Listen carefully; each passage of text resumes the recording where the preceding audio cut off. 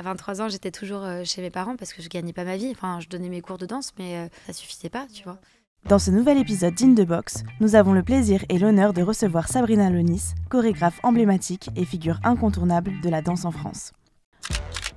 Dans cette interview, Sabrina nous raconte ses débuts, à une époque où les réseaux sociaux n'existaient pas encore, et où se démarquer dans la danse était un véritable défi. Faut se dire, à l'époque, on n'avait pas YouTube, on n'avait pas les smartphones, on n'avait d'ailleurs que 6 chaînes, on n'avait rien, tu vois, pour se vendre. Elle revient sur ses premières vidéos postées en ligne, ses buzz inattendus, et sa vision de l'image qui représente un outil puissant, mais qui peut s'avérer parfois être un piège qu'elle apprend à maîtriser et à transmettre à la nouvelle génération. Sabrina évoque également les rencontres qui ont marqué son parcours et l'importance des mentors dans la construction d'un artiste. C'est trop important d'avoir des mentors parce qu'aujourd'hui, les jeunes ont tendance à vouloir faire tout seul. Ouais. Et en fait, on oublie que les anciens, nous, on peut parfois donner des conseils. En fait, ça peut aider. Voilà, j'essaye d'être cette personne aussi pour les jeunes. Préparez-vous à découvrir une femme passionnée, sincère et fidèle à ses valeurs dans un échange riche, inspirant et plein de lucidité sur un métier en perpétuelle évolution. Travaille le plus dur que tu peux et reste sur ton axe, quoi, vraiment. L'interview de Sabrina Lonis, c'est tout de suite dans ce nouvel épisode d'In The Box.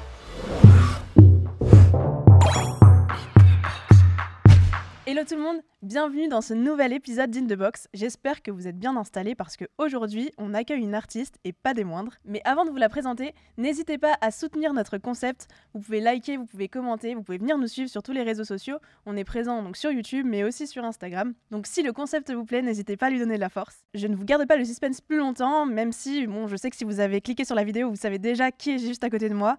Et bien évidemment, c'est Sabrina Lonis. Salut Sabrina. Salut Gladys. Comment tu vas? Ça va et toi? Bah écoute, ça va, on est très content de pouvoir t'avoir avec nous dans la box. Et moi je suis trop contente de faire un aller-retour express à Lyon. Bah ouais, donc tu viens à Lyon régulièrement pour tes stages, mais ça fait un petit moment que t'étais pas revenue, non? C'est ça, ça fait une petite année que je suis pas revenue. Ok, bah franchement on est trop contents, je sais que t'avais un planning assez chargé, donc c'est trop cool que t'aies pu nous faire une petite place. Je suis trop contente.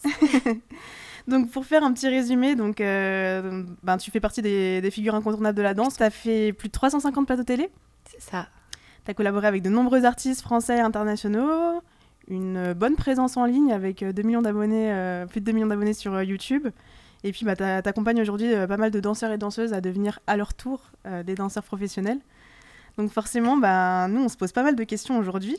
Et notamment, comment est-ce que Sabrina est devenue Sabrina? Donc est-ce que tu peux nous parler un petit peu peut-être de ton parcours, tes débuts notamment? J'ai commencé la danse un peu tard, à l'âge de 6 ans, parce que je savais pas que les cours de danse existaient. Okay. J'aurais commencé bien avant, mais j'ai commencé à danser bébé, c'est-à-dire avant de marcher. Okay. Mes parents étaient dans le milieu artistique, mon père était dans la musique, avec ma mère ils bossaient ensemble, puis après ma mère est partie dans l'esthétique, etc. Donc c'est un milieu... J'écoutais beaucoup de musique à la maison, par exemple, donc je dansais tout le temps. Et en fait, j'ai commencé mes cours de danse à 6 ans, coup de foudre d'amour pour la danse. Je pense que c'est assez banal comme histoire, mais c'est un peu ça. Et à partir de là, j'ai toujours dit, je vais faire de la danse. À l'âge de 4 ans, j'ai vu une publicité à la télévision avec une petite fille. Et je me suis dit, je vais faire de la télé. Donc c'était vraiment la télé et la danse. Et la danse. Mes passions des très jeunes. Et en fait, après, j'étais dans des écoles de quartier où on apprenait la danse de façon très amateur, en fait. Et personne m'a dit, en fait, on place un bassin, techniquement, il faut faire comme ci, il faut faire comme ça. J'avais pas ces informations-là. Donc, en fait, très jeune, j'avais pas de bride à me dire je suis forte ou pas forte techniquement. Ou, tu vois, je me suis pas posé de questions. Pour moi, il n'y avait pas de technique. La danse, c'était de la danse. Et donc, j'ai ouvert pas mal de portes comme ça dès très jeune. Enfin, tu vois, à 12 ans, j'ai chorégraphié mon premier spectacle. À 17 ans, j'étais chorégraphe sur une chaîne de télé avec mon propre groupe. Et à 15 ans, je manageais un groupe déjà. Et donc, je ne me suis pas posé de questions. J'ai vraiment foncé pour me construire sans bride. Ouais, sans brider. À 15 ans déjà, tu avais déjà un groupe de danse que tu manageais? Oui, en fait... Très jeune, j'étais très passionnée des télécrochets, donc on en a parlé à l'extérieur tout à l'heure, l'émission Graines de Star, qui est une émission qui a vraiment fait quelque chose de fort dans ma vie. Il y a eu un reportage sur ça il y a très peu de temps où j'ai été interviewée, justement, j'étais hyper flattée qu'on ait pensé à moi pour ça. Et en fait, c'était la plus grosse émission de télécrochet de l'époque, tu vois. Faut se dire, à l'époque, on n'avait pas YouTube, on n'avait pas les smartphones, on n'avait d'ailleurs que 6 chaînes. Après, on est passé à 10 chaînes, mais on n'avait rien, tu vois, pour se vendre. Internet, c'est arrivé quand même tard. Enfin, tu vois, je crois que j'étais en 6e, 5e quand Internet est arrivé. Donc, en fait, on n'avait que ces émissions de télé-là pour pour montrer notre talent. Et ce genre d'émission, c'était énorme. Tu passes dans l'émission, le lendemain, t'étais quelqu'un. Tu vois, c'était vraiment... Ça y est, vraiment un engouement. C'était énorme. Enfin, vraiment. Et moi, l'enjeu de ma vie, à 12 ans, c'était je veux faire cette émission. Donc, et je m'étais dit, je veux la faire en danseuse. Et j'avais envie aussi de faire mon expérience en tant que chorégraphe déjà, très jeune. Donc, j'ai monté, dans les années d'après, un groupe de petites filles, tu vois, qui avaient 9-10 ans. Et en me disant, je vais essayer de faire ce genre d'émission de talent, donc pas celle-ci, parce que je l'avais faite après en talent, mais d'autres émissions avec des jeunes. Donc je chorégraphiais, j'entraînais des jeunes en mode, je vais les emmener en chorégraphe faire ce type de télécrochet. Génial. Mais du coup, c'est que cette passion-là, un petit peu, tu l'as toujours eu, en fait, de vouloir accompagner, créer. C'est génial. Ok. Et donc, tu me parlais justement que toi, tu as commencé un peu à une époque où il n'y avait pas tout ce qu'on a aujourd'hui, parce que c'est vrai que maintenant, j'ai envie de dire presque tu postes une bonne vidéo sur les réseaux sociaux et puis ça peut venir viral du jour au lendemain. C'est ça. Ce qui n'était pas le cas à l'époque. Donc, comment tu as fait, toi, du coup, pour te démarquer à cette époque-là? En fait, donc, comme j'ai dit tout à l'heure, YouTube n'existait pas. J'avais... je crois 18 ans et demi ou 19 ans quand la plateforme a débuté. Et en fait, c'était vraiment un hasard. C'est-à-dire que j'avais besoin d'envoyer des gros fichiers. Donc à l'époque, nous ne pouvions pas envoyer par Internet des gros fichiers. On avait un forfait Internet, je remets le cadre. Voilà, on avait un forfait Internet de 20 heures, 10 heures ou 20 heures, tu vois. Si tu avais plus, déjà, tu avais vraiment des thunes parce que ça coûtait cher. Quand tu étais sur Internet, on ne pouvait pas téléphoner en même temps. Enfin, tu vois, c'était tout un truc. Donc, mais on ne se rend pas compte en vérité. Non. Et si tu voulais envoyer un fichier, ce n'était pas possible. C'est-à-dire que quand tu envoyais une photo, déjà, ça prenait 5 minutes. Tu vois, c'était très long. On ne pouvait pas envoyer des gros fichiers. Rien n'existait pour ça. Donc, si tu voulais envoyer une vidéo de ton travail, en fait, tu mettais sur une disquette. Alors, une disquette, pour ceux qui n'étaient pas nés, c'était un petit carré noir que tu rentres dans ton ordi sur lequel tu peux mettre des données. Parfois, c'était trop lourd. Il fallait mettre sur un CD-ROM. Donc, CD-ROM, c'est comme un CD. Et donc, voilà, fallait le graver dessus sur ton ordinateur, mettre ta vidéo dessus. Enfin, tu vois. Et après, l'envoyer par la poste. Et puis, attendre, tu vois. Et puis, les joindre. Enfin, c'était vraiment compliqué, tu vois. Ouais, c'est sûr. Donc, quand pour un casting, tu voulais montrer un visuel, je me suis dit... je vais mettre sur YouTube, tu vois, je vais mettre ça sur YouTube. Donc, j'ai mis mon premier contenu sur YouTube dans ce but-là, ce but de pouvoir partager des gros fichiers. Et puis, je me suis rendu compte qu'en fait, les gens regardaient. Et juste après, il y a une émission, attention, c'est le dossier, c'est Pépite. Dossier. C'est parti pour l'anecdote. Dance qui sera le plus fort, présenté par Laurence Boccolini. Et là, franchement, avec le recul, heureusement qu'il n'y a plus aucune image de ça sur Internet, vraiment. Et donc, c'était un concours de danse à 19h, tu vois, genre vraiment... c'est vraiment l'affiche. Mais j'étais à fond. Écoute, pour l'époque, je suppose que ça devait être incroyable. Ouais. Peut-être que je te donnerai une petite vidéo. Je sais pas encore, je vais réfléchir. Je te laisse y réfléchir, mais j'adorais. Et donc, j'ai fait cette émission. J'ai découpé mon petit passage dans l'émission. Je l'ai mis sur YouTube en me disant, ça va me faire de la visibilité, je pourrais partager. Parce que j'étais très fière à cette époque-là de ce que j'avais fait sur cette émission. Et en fait, la vidéo a fait top monde YouTube. Avec 4000 vues. Avec 4000 vues. Parce qu'en fait, à l'époque, personne n'avait YouTube. Non. Très peu. Tu vois, c'était hyper... Et donc, c'était vraiment top monde. Je me suis dit, waouh, c'est sur la page d'accueil, top monde, machin, tout ça. Je me suis dit, super, 4000 vues. Parce que nous, aujourd'hui, on se rend pas compte. Mais à l'époque, 4000 vues, c'était un truc de fou, tu vois. Ouais, non, mais c'est sûr, on n'a pas on se rend pas du tout compte. Et ça, je te rejoins. Parce qu'en fait, là, si on mettait ne serait-ce que juste 4000 personnes dans une pièce, ça serait déjà énorme, en fait. Mais oui, mais on n'avait pas du tout cette dimension, tu vois. Carrément, Enfin, à l'époque, quand tu faisais 100 vues, c'était quelque chose, tu vois. Carrément. Alors 4000, c'était un truc exceptionnel. J'étais sur la page monde YouTube et je me suis dit, mais en fait, ça veut dire que quand je poste quelque chose sur YouTube, je peux être vue dans le monde entier. En plus, je suis sur la page d'accueil, donc la visibilité. Donc, il faut que je fasse d'autres vidéos parce que ça donne de la visibilité. Peut-être qu'on va me repérer, tu vois. J'étais en mode, peut-être qu'on va me donner du travail, tu vois. Parce que je voulais faire cette carrière, mais en fait, c'est compliqué. Tu vois, moi, en plus, j'avais très tôt, vers l'âge de 21 ans, j'avais la phobie de danser devant les gens. Donc, j'avais plus de moyens vraiment de m'exposer. Il fallait que je montre mon travail. Différemment. Voilà, c'est ça. Donc, au final, ça, c'était vraiment le premier truc où je me suis dit, OK. Puis après, il y a eu un incroyable talent. Donc, comme on était dans cette dynamique de se dire je fais des télécrochets pour montrer mon travail, toujours dans les mêmes âges, je pense que j'avais 20 ans à peu près, je me suis dit en fait je vais faire Incroyable Talent, mais comme il y a beaucoup de monde qui passe le casting, moi je vais le tourner comme un clip, tu vois, je vais les emmener, on a été dans les frigos, tu vois, c'est des grands murs tagués, c'est Bibliothèque François Mitterrand, c'est ça. C'est ce que tu me disais tout à J'ai l'heure. emmené mes petits, on a tourné ça et on s'est dit on va faire une super vidéo. Puis je me suis dit super, en fait, ça fait comme un clip, c'est trop bien. Je l'ai envoyé, on s'est fait repérer tout de suite, on a fait l'émission tout de suite, tu vois, parce que notre vidéo s'est démarquée. Je me suis dit, je la mets sur Internet, ça marche. Je me suis dit, super, je vais en faire une nouvelle. Et en fait, de fil en aiguille, je me suis dit, en fait, je vais même lancer des stages où on tourne ces vidéos, qu'après je mettrai sur ma chaîne. Tu vois, ça a commencé comme ça. Ouais. Et parce que c'était comme si j'avais la télévision à portée de main, tu vois. Ouais, c'est ça, mais c'était les débuts, en fait. C'est ça. Tu vois, on connaissait pas et en fait, quand tu voulais aller à la télévision, c'était long, fallait que tu sois sélectionné. Enfin, tu vois, il y avait tout ça. Et je me suis dit, en fait, c'est comme la télé, mais c'est moi qui décide, c'est moi qui fais ma vidéo, je monte comme je veux, je mets les costumes que je veux, sur la musique que je veux, la durée que je veux. Et donc, c'était une liberté énorme, tu vois, de te dire, en fait, je mets ce que je veux sur ma chaîne YouTube. Et je le partage au monde entier. C'était un truc révolutionnaire. Mais non, mais c'est bien que tu le dises, parce que c'est vrai qu'on s'en rend pas compte. Enfin, nous maintenant on poste des vidéos un peu comme ça, comme celle-ci en fait. Enfin, là c'est une chance en fait qu'on a de pouvoir même faire ce genre de contenu comme toi à l'époque, du coup de pouvoir partager tes vidéos de danse. Enfin, à l'époque ça pouvait pas exister. À l'époque, faire un podcast comme ça et le poster sur YouTube, on n'aurait pas pu se permettre en fait de faire ça, tu vois. Et je trouve que, enfin, on se rend pas compte, mais avant, ça devait être très compliqué. On a des super outils. C'est qu'aujourd'hui, tu peux utiliser CapCut sur ton, sur ton téléphone. Tu filmes avec ton smartphone. En fait, quand tu voulais filmer à l'époque, tu prenais un caméscope avec une cassette. Non, mais en fait, c'était pas du numérique. On tournait sur cassette. Donc, quand je filmais à 17, 18 ans ou 19 ans ou 20 ans des vidéos, en fait, je filmais avec un caméscope et une cassette. Ensuite, la cassette, il fallait la mettre sur un DVD. Il fallait le numériser. Donc, j'avais demandé à mon anniversaire, machin, la famille s'était cotisée pour m'acheter un appareil où, en fait, tu relis le caméscope à l'appareil et ça te met la cassette sur un... Voilà. Et donc, en fait, fallait une machine spéciale. Tu vois, ça coûtait 300 € à l'époque. Tu peux pas t'acheter ça comme ça, tu vois. Un caméscope, ça coûtait super cher aussi.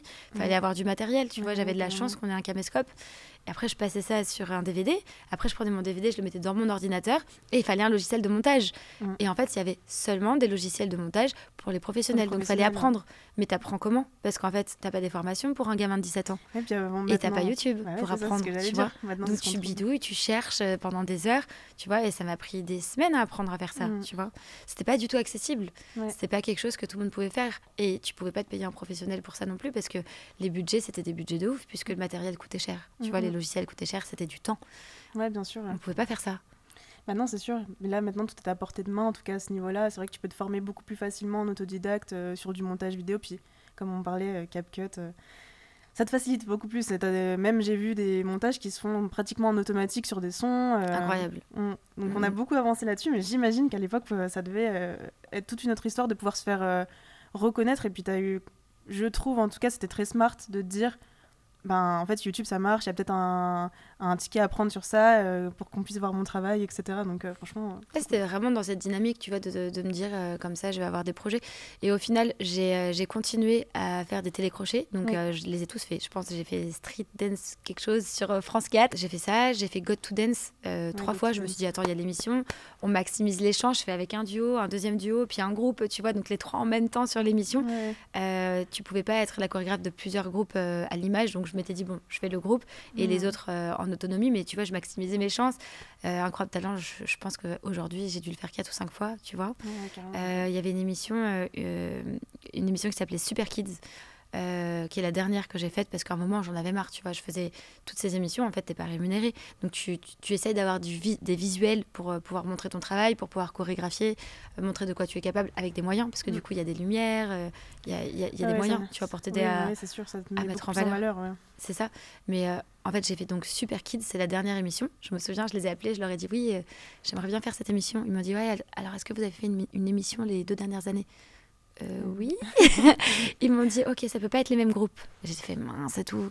J'avais fait tous mes groupes, j'avais fait des petits, des grands, duos, tu vois, j'avais tout exploité, des solos et tout, tu vois. J'avais tout exploité, je me suis dit mince. Et le soir dans ma douche, je sais pas toi, mais en tout cas moi la douche ça m'inspire trop. C'est vraiment le moment où les bains. Tu vois, moi c'est des douches, mais genre c'est le moment où je décompresse, je lâche prise. Et en général il y a des idées qui arrivent comme ça.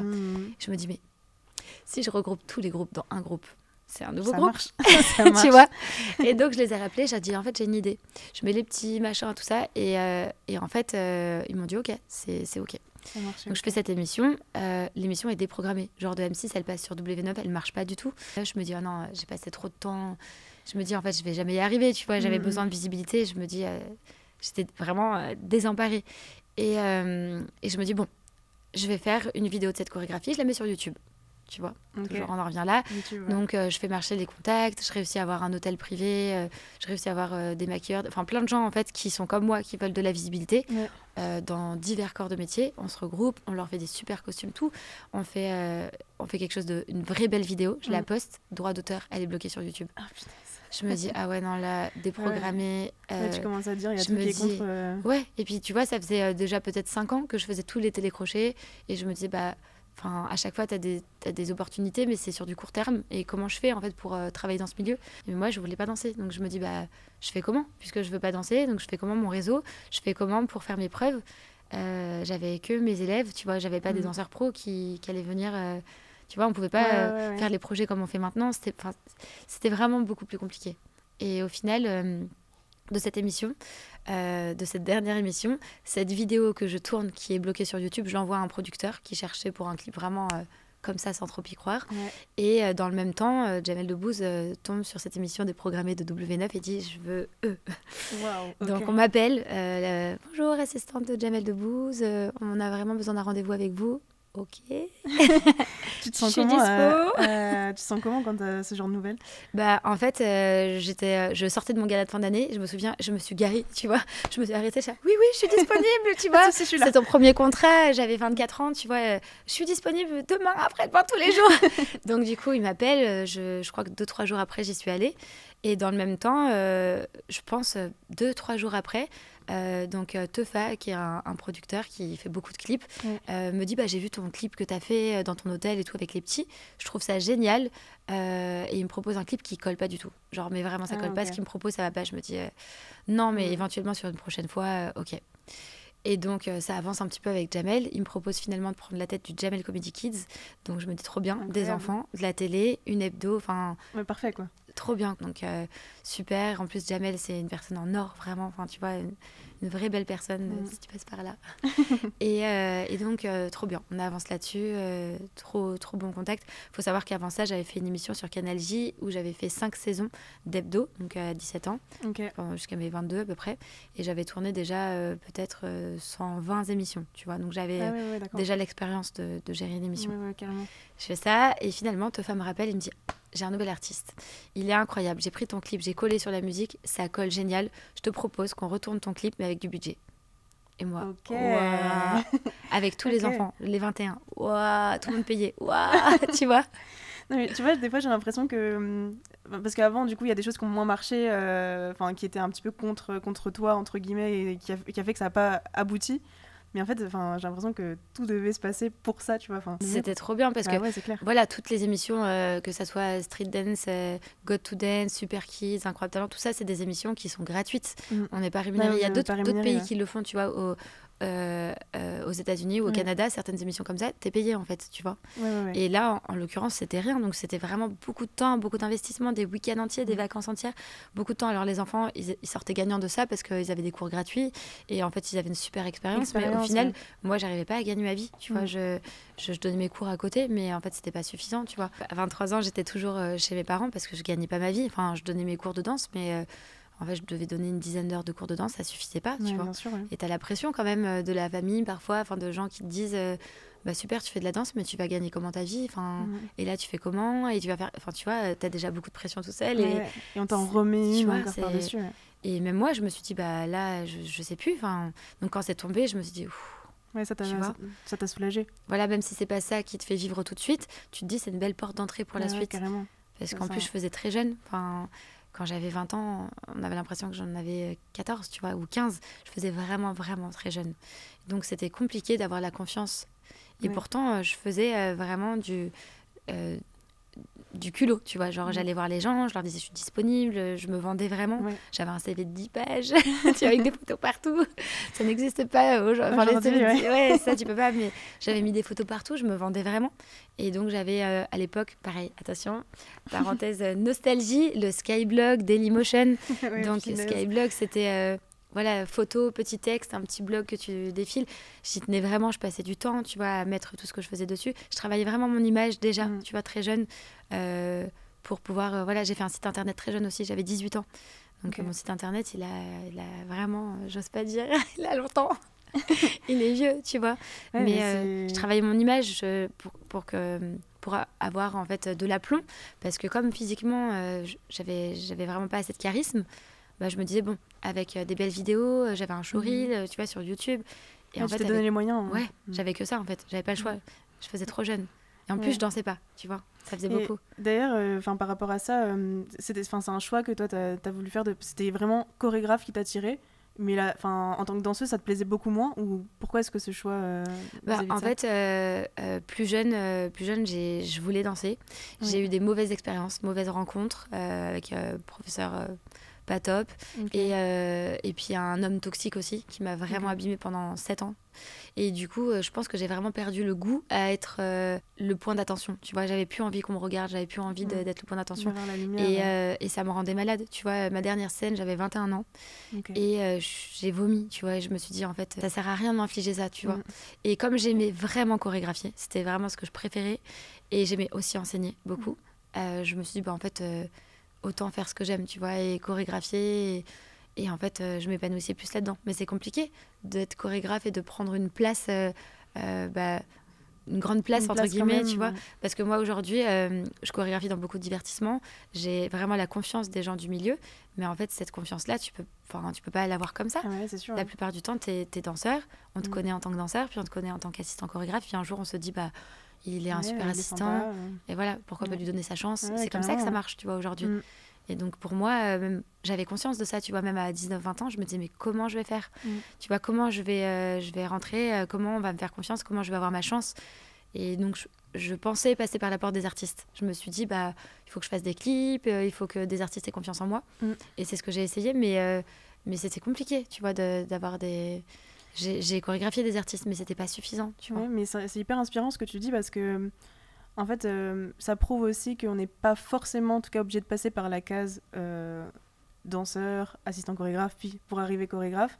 Et qu'en fait, si tu te donnes les moyens, alors j'ai pas de doute que par contre, il faut de la niaque et que c'est du travail acharné, que ça t'est pas du tout tombé dessus. J'ai pas de doute, mais du coup, peut-être que tu vois, ça inspire des personnes qui se disent, en fait, moi aussi, j'ai envie de faire ça, mais de base, je me voyais pas être danseuse ou quoi, tu vois. Et je trouve ça très cool. Non, c'est complètement faisable. Puis avec les outils d'aujourd'hui, même de montage, de réseaux sociaux, tout c'est accessible. Donc ça veut dire que si tu es un bon chorégraphe dans l'âme, que tu n'as pas envie de danser, que tu as des bons danseurs qui sont OK pour te faire confiance, tu vois, pour t'accorder du temps, tu peux monter un beau projet, tu peux monter des beaux visuels et donc après tu peux les présenter. Après il y a d'autres paramètres parce que la télévision c'est pas juste monter un beau visuel, c'est réagir vite parce que quand tu es sur un plateau télé, parfois on t'a dit tu auras tel décor et le décor il arrive, c'est pas du tout ce que tu pensais. Et en fait c'est normal, c'est parce qu'on travaille tous, même si on a un directeur artistique qui nous rassemble, entre guillemets. Au final, chacun travaille un peu de son côté. Nous, on travaille avec notre chorégraphie de notre côté, le décorateur, il est de son côté. On a tous la même ligne directrice, mais on est chacun de son côté. Donc, quand on arrive sur un plateau et que le décor arrive, parfois, c'est pas tout à fait ce qu'on attendait. Tu vois, j'ai un exemple, par exemple, avec un décor énorme avec des fenêtres. Il devait y avoir des toboggans pour descendre et des escaliers sur les côtés pour remonter. Il n'y avait pas ça du tout. Moi, j'ai vu le truc arriver. L'émission a été dans 3 heures. Moi, en plus, j'étais mineure. Donc, ce sont des enfants. Ils s'adaptent vite. Mais il faut qu'ils soient confortables pour monter sur scène. Il faut qu'ils soient dans des bonnes conditions. Donc, en fait, il faut que tu fasses des changements qui soient OK pour des enfants. C'est-à-dire accessible, qui puisse saisir rapidement, sans paniquer, qui soit, tu vois, il faut qu'ils gardent le plaisir de danser. Et en fait, t'as intérêt d'avoir des idées, tu vois. Ça va très vite, c'est tout de suite. La répète, c'est 10 minutes. Actif. Si t'as pas une idée dans la seconde, c'est fini. Le décor, il est parti. Puis t'as pas accès au décor. Après, tu vas sur le direct, tu vois. Donc, il faut que tu réagisses tout de suite. Et ça, dans le métier de chorégraphe, en tout cas en télé, c'est ton quotidien. C'est vraiment, tu as un accessoire, tu n'en as plus, ça marche pas, il faut changer d'axe cam. C'est une gymnastique qui est autre que celle de... Ouais, c'est encore différent. Voilà, et les télécrochets, ça m'a aidé à apprendre ça par contre, tu vois.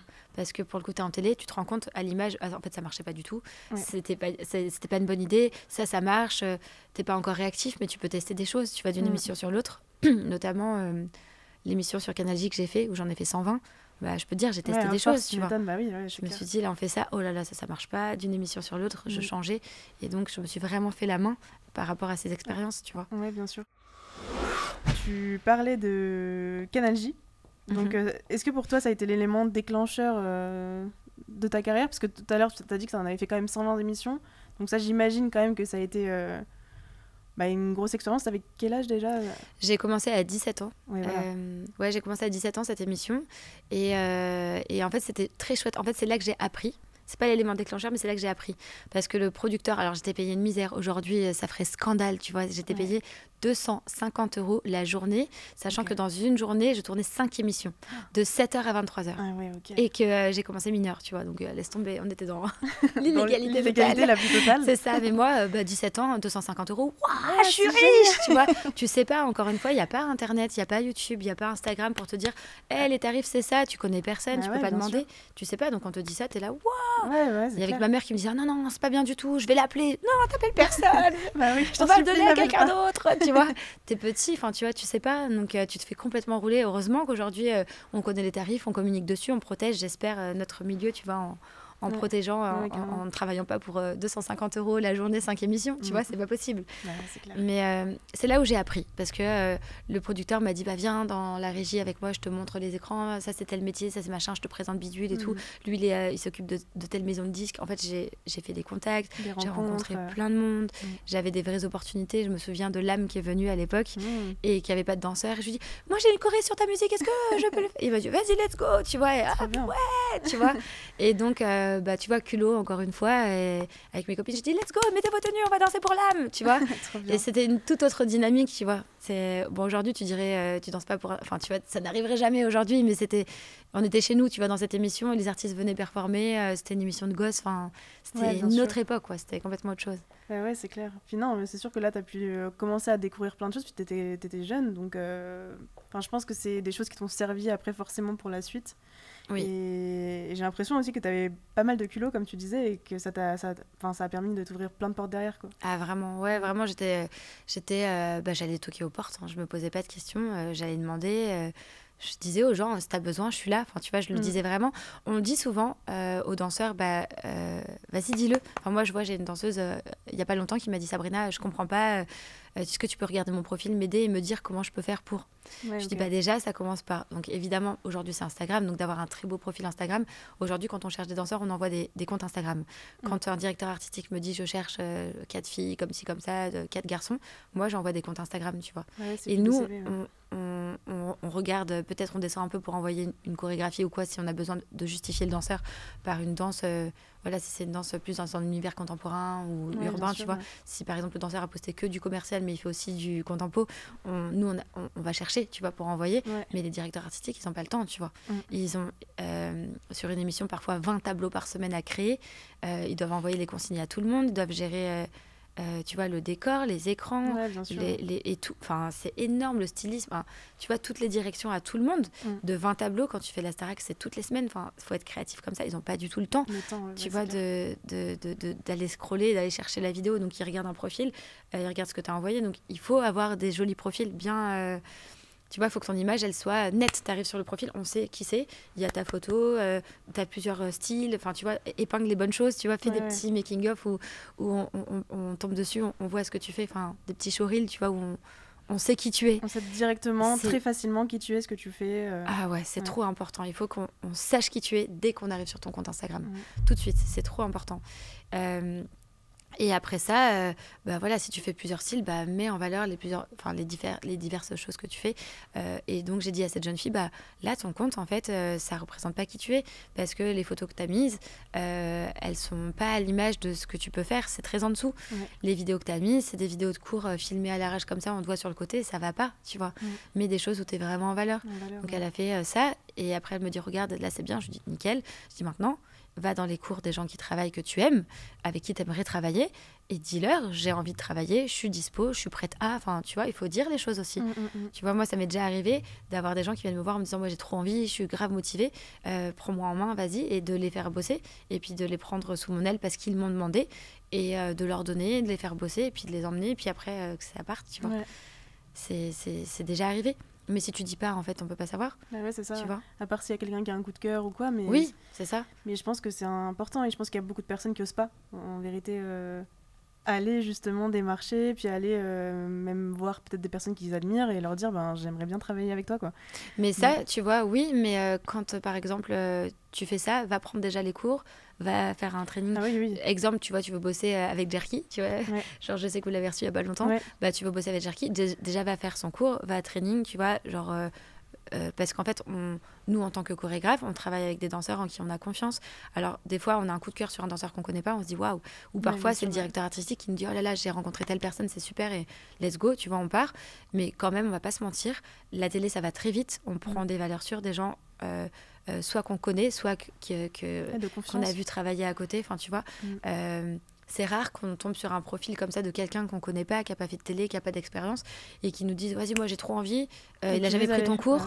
Il a un profil où on sait pas ce qu'il fait. Et c'est pas possible, tu vois.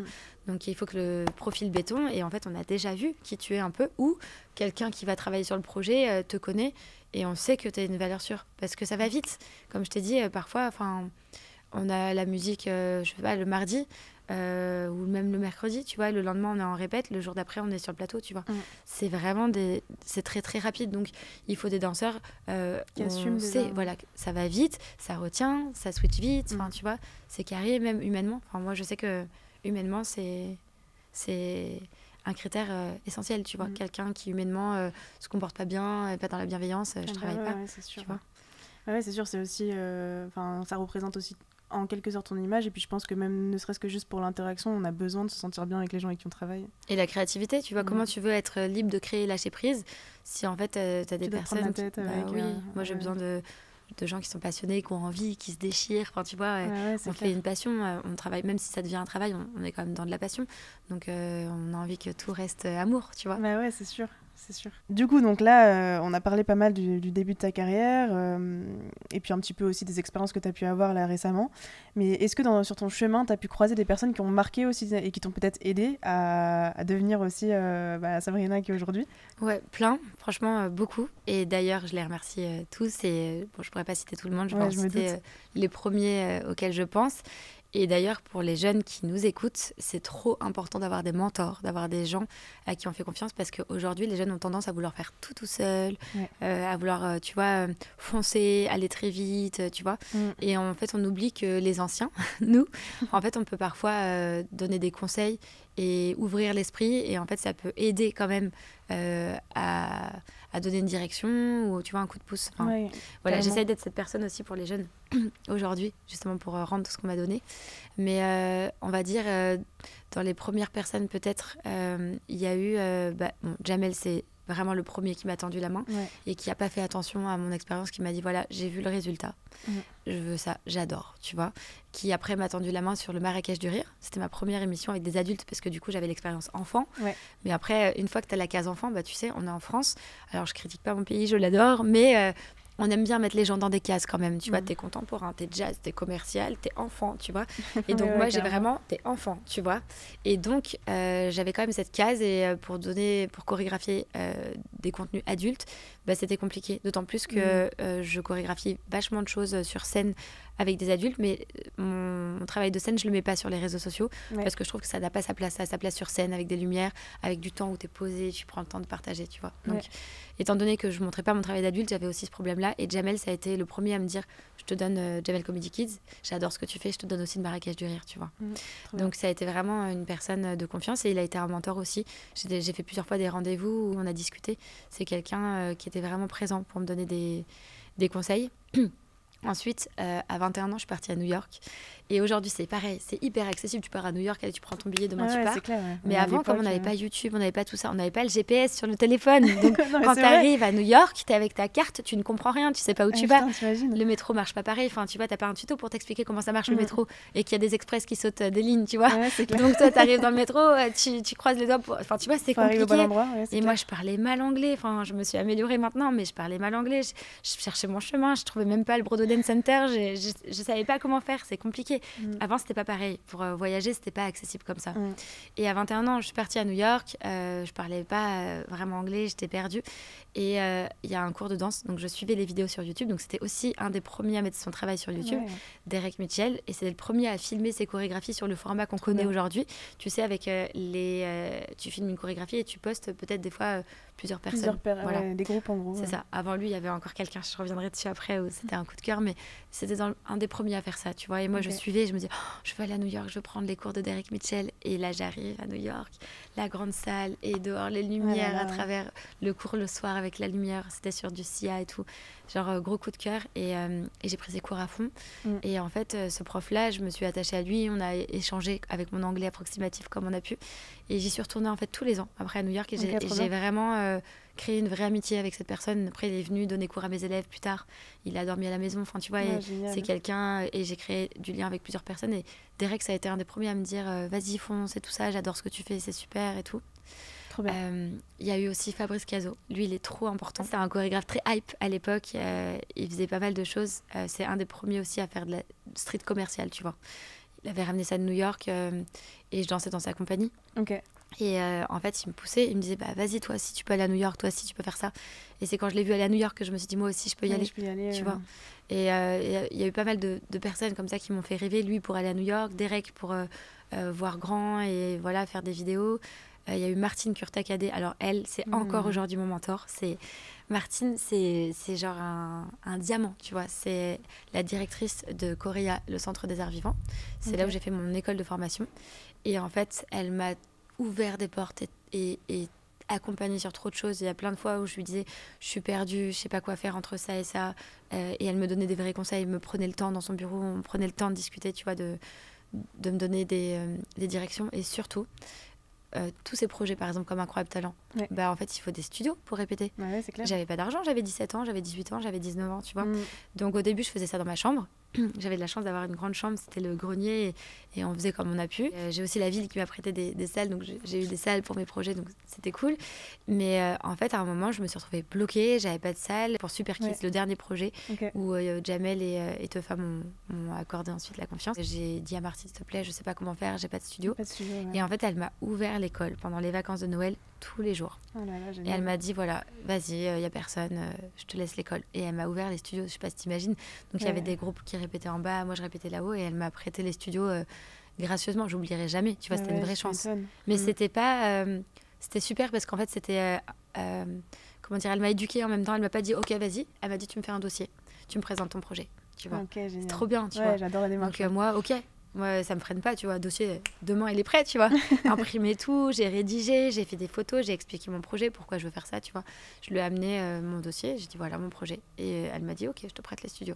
Génial. C'est génial, tu vois. C'est... Enfin, 4 personnes parmi tant d'autres, mais j'ai eu beaucoup de belles rencontres comme ça, tu vois. Ouais, qui ont aussi contribué, en fait... à ce que derrière tu puisses décrocher des choses. J'imagine que sans les studios ça aurait été peut-être compliqué de pouvoir répéter. C'est ça. Ouais, c'est sûr. Il y a ma dernière, en fait, on va dire, bon, j'en ai eu des tonnes, mais la dernière en fait qui m'a vraiment ouvert, c'est le duo Stéphane Jarny, Marika Prochet, qui sont les directeurs artistiques. Alors il y en a plusieurs, donc tu vois, il y a aussi Aziz Baki, il y a aussi Hakim Gorab, tu vois, parmi les plus gros directeurs artistiques en télé aujourd'hui. Et Stéphane Jarny et Marika sont les premiers à m'avoir contacté en me disant voilà, sur l'émission de The Voice, on aimerait bien des enfants. Alors c'était 30 secondes. Ils rentrent au milieu de la Corée, c'était 30 secondes et ils ressortent. C'était un premier jet, tu vois, une première élan de confiance. Et ça a été les premiers, et à me faire de plus en plus confiance, de plus en plus, puis à me confier un tableau, puis 2, puis tu vois, à me donner vraiment la confiance. Et c'est grâce à eux vraiment que j'ai mis les mains, tu vois, parce que sur la première émission sur Canal J, je me suis construite, mais c'était longtemps avant, tu vois. Après, il y a eu tous les télécrochets, et seulement après, il y a eu vraiment les grosses émissions de divertissement. Là, quand on m'a appelé pour The Voice, je me souviens, je me suis dit, voilà, c'est chouette, tu vois. C'est clair. C'est une belle opportunité de commencer. Et Marika et Stéphane Jarny m'ont vraiment accompagnée. Pour le coup, ils m'ont vraiment formée. Tu vois, ça marche. Tu vois, ça marche pas. Regarde, là, t'as fait ça, machin. Ils m'ont vraiment accompagnée à me construire aujourd'hui, tu vois, dans quelque chose d'actuel. Et ça a été vraiment, voilà. Et après, évidemment, j'ai travaillé aussi avec les autres directeurs artistiques qui m'ont accompagnée et nourrie aussi, tu vois. Ouais, c'est clair. En tout cas, ce que j'en retiens, c'est qu'il y a beaucoup de personnes qui sont entrées dans ta vie et qui t'ont aidé, en fait, d'une certaine manière. Et ce que je pense qu'il faut en retenir, et en tout cas, c'est ce que tu disais tout à l'heure, c'est qu'il ne faut pas avoir honte, en fait, des fois, d'avoir besoin d'aide. Et je pense que c'est justement hyper enrichissant d'avoir des points de vue extérieurs, de pouvoir... des fois, on se remet en question, et ça nous aide aussi, des fois, à nous remettre en question, d'avoir l'avis d'autres personnes, etc. Et je trouve ça trop bien, du coup, que t'en parles. C'est trop important. Et puis, tu sais, ces personnes-là, par exemple, je pense que tous, sans exception, ils m'ont fait confiance parce que j'étais quelqu'un de passionné et de dévoué, tu vois. Vraiment, tu sentais que j'avais envie, tu vois. Ouais. Et je pense que ça, c'est aussi un truc, parfois, qu'on peut perdre et qui est essentiel. Moi, comme je disais tout à l'heure, j'ai déjà eu des jeunes qui m'ont dit « j'ai trop envie, je veux » et tout. Et en fait, ces personnes-là que j'ai emmenées avec moi, c'est parce que je sentais, tu vois, que ça transpirait d'envie, ça transpirait de passion. Du coup, tu as envie de donner à ces gens-là, tu vois.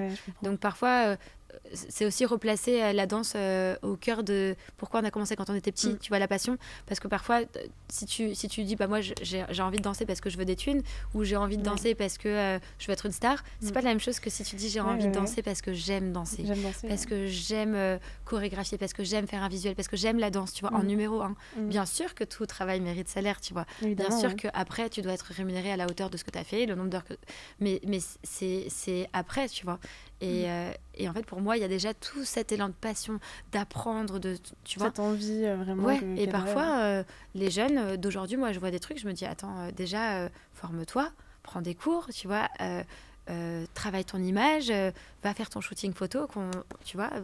Déjà, apprends, travaille. Ouais. Et puis ensuite, tu vas accéder à tout ça, ça tombe pas du ciel. Bah non, c'est sûr. Faut travailler. Enfin, moi, j'ai travaillé comme une dingue, tu vois. En fait, si c'était facile, tout le monde ferait la même chose. Oui, non, mais c'est ça, je te rejoins. Ouais, alors après, j'ai encore des tonnes de choses à apprendre. La place que j'ai aujourd'hui, je suis reconnaissante chaque jour parce qu'en fait, je fais exactement ce que j'ai rêvé. À 12-13 ans, j'ai dit je veux chorégraphier en télé avec des enfants. C'est ce que je fais et j'espère de tout mon cœur que j'aurai encore ça pendant des années. Tu vois, en tout cas, je travaille au quotidien pour ça. Je m'endors pas, tu vois, je me dis pas... ça y est, tu vois. Non. Tous les jours, je suis stressée. Je suis quelqu'un qui n'a pas du tout confiance, contrairement à ce qu'on pourrait penser. Donc, je me remets en question. J'ai des gros bad de « Mon Dieu, j'arrive pas, c'est nul ce que j'ai fait », comme tout le monde, tu vois. À travailler pendant 6 heures pour un petit truc où tu te dis « ça marche pas ». Mais c'est aussi pour ça qu'aujourd'hui, on sait, tu vois. Ouais, Marie qui approchait, dont je parlais tout à l'heure, la dernière fois, elle me dit... Enfin, on a quitté le plateau, c'était n'importe quoi. Je lui dis « Mais toi, t'as la confiance ?» Elle me dit « Mais parce que je sais que ça sera bien, tu vois. » Mais du coup, quand on te donne la confiance, t'as encore plus peur, tu vois. C'est clair, tu te dis, il y a intérêt que ça fuse, tu vois. Ouais, c'est clair. Mais c'est aussi c'est cool de se rendre compte que... parce qu'en fait, je pense que là, ça remet un petit peu le contexte de se dire, même toi, tu peux avoir peur, même toi, tu peux... Parce que je pense que d'un point de vue... tout le temps. Mais parce que d'un point de vue extérieur, je pense que les gens aussi... Alors, il y en a parce qu'ils te connaissent beaucoup plus personnellement, mais il y en a aussi beaucoup qui te voient peut-être à travers les réseaux, à travers tes projets, etc., et qui se disent...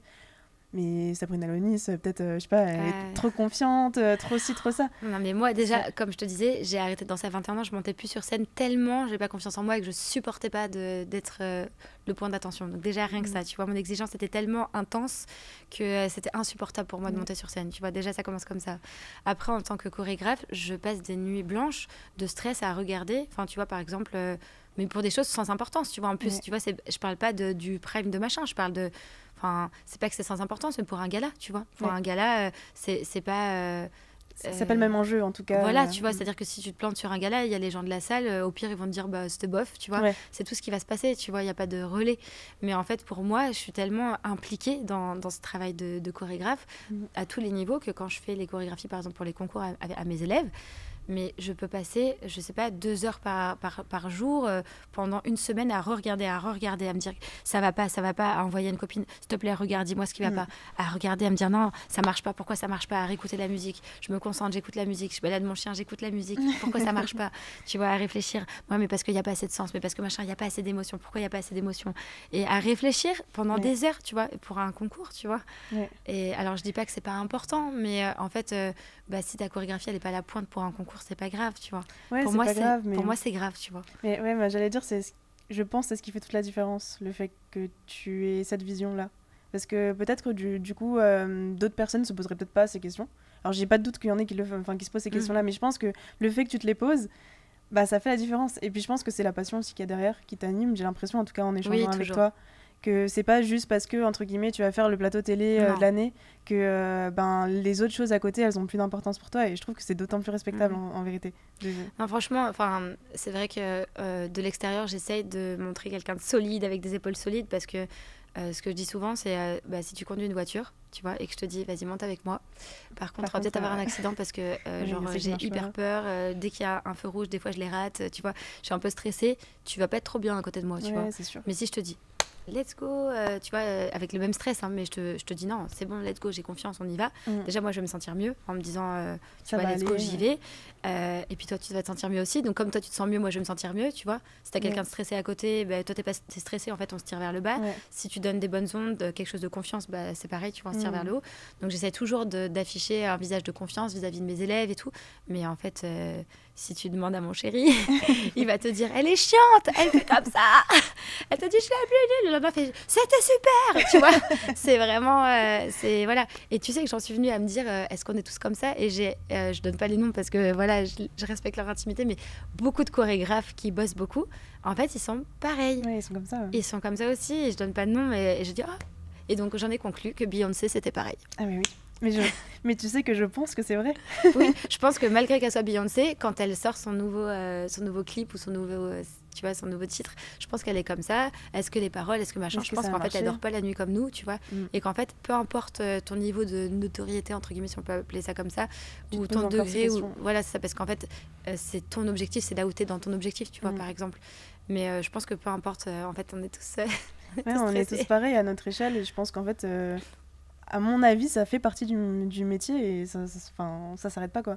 Je pense à des échelles différentes pour certains. C'est sûr que y en a, je sais pas, comme Beyoncé qui va chanter dans les plus grandes salles ou les plus grands stades, etc. Et il y en a d'autres où ça va être peut-être la petite salle de la ville, mais je pense que le stress, je pense qu'il est le même. C'est ça. Je pense que peu importe, en fait, je pense qu'on est tous, on a tous la chiasse pareil, tu vois. C'est clair. Mais je te rejoins complètement. Ouais, non, franchement, on va pas se mentir, c'est vraiment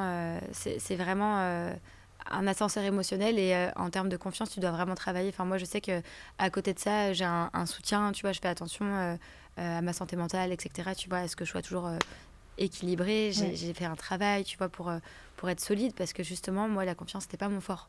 Aujourd'hui, c'est mieux, mais il n'empêche que parfois c'est compliqué. Ouais, on reste des êtres humains, hein. Donc forcément, c'est normal qu'il y ait des choses qui te fassent douter et que tu te remettes en question, et j'ai l'impression que tu as l'air d'être plutôt bien entourée, donc oui, j'ai de la chance. Ça permet aussi des fois d'avoir du support. Encore une fois, on en revient au fait d'avoir des proches qui nous aident. Dans mon cas aussi, nous aussi ici, on a quand même du support, et tu vois, je trouve que c'est toujours bien d'avoir quelqu'un un peu au-dessus de soi qui va te dire t'inquiète, ça va bien se passer. Ouais, franchement c'est important. J'ai de la chance, même avec mes élèves, tu sais, malgré qu'ils soient jeunes, tu vois, c'est pas un frein, tu vois. Tu peux avoir même ma fille, tu vois, des fois ma fille, elle a 3 ans et demi, ma fille, tu vois, et des fois elle me dit maman, t'inquiète pas, ça va aller, respire. C'est trop mignon. Et tu vois, je me dis c'est ma force et tout, let's go. Tu vois, où elle me regarde, fait maman, je suis forte. Et maman dit je suis forte. Ouais, ça redonne de la force, justement, surtout quand c'est dit de la part de son enfant, j'imagine. Et j'avais aussi une petite question, c'était on a parlé là pas mal de choses, et notamment le fait qu'à une certaine époque, on l'a dit pas mal de fois, que c'était pas la même chose qu'aujourd'hui. Du coup, avec cette époque un peu changeante, comment est-ce que toi t'as fait un petit peu pour t'adapter, tu vois, à cette nouvelle ère, j'ai un peu envie de dire. Oui. avec les réseaux sociaux qui sont du coup arrivés.